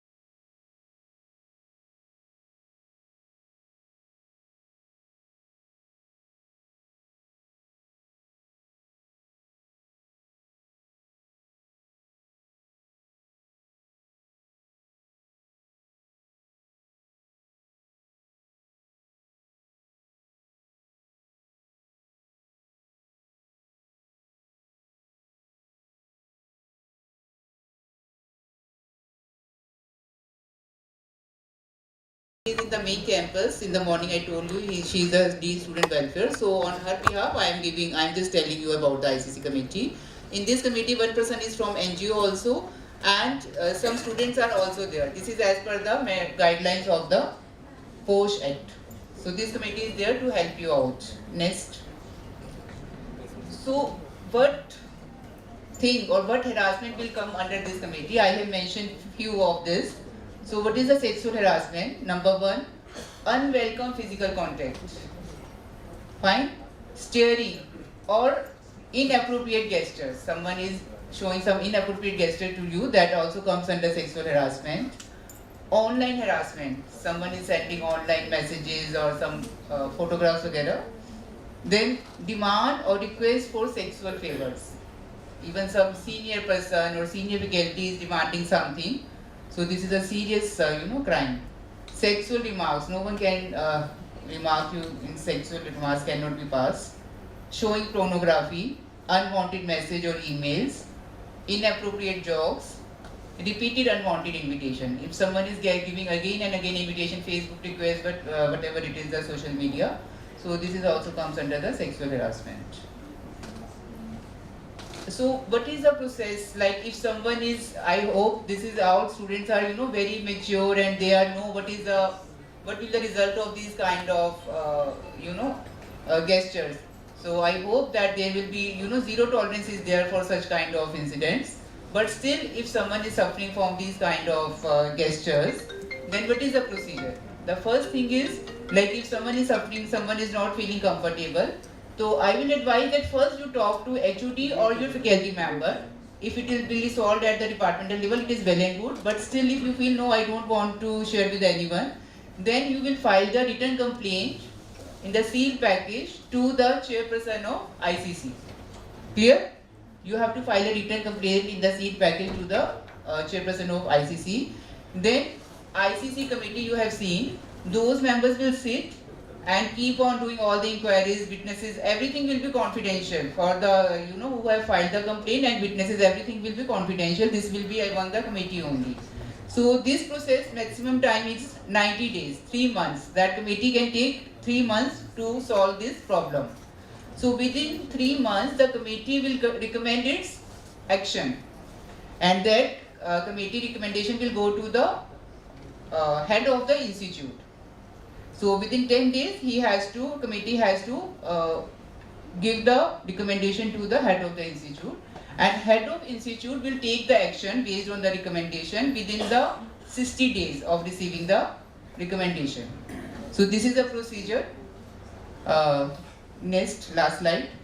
So I think everyone is mature. You have to use appropriate language, being respectful, maintaining professional boundaries.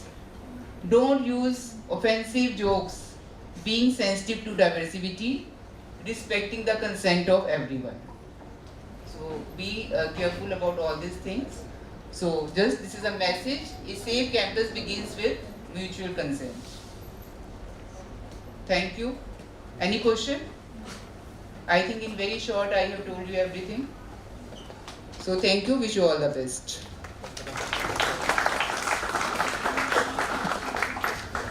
Thank you, ma'am, for your inspiring words. That brings us to the most important item on today's agenda, lunch. Parents, faculty, volunteers. Please head out to the skill center from the back door. The girls' washroom is in front of the front door, and there's a boys' washroom available in the skill center. We resume at 2:15 p.m. sharp, and I promise the afternoon session is worth coming. Thank you.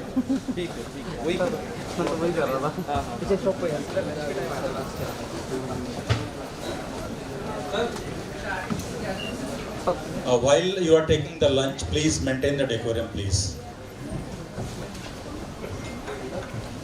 Q बनाकर के sequence में आप decorum को maintain करते हुए lunch लेंगे please.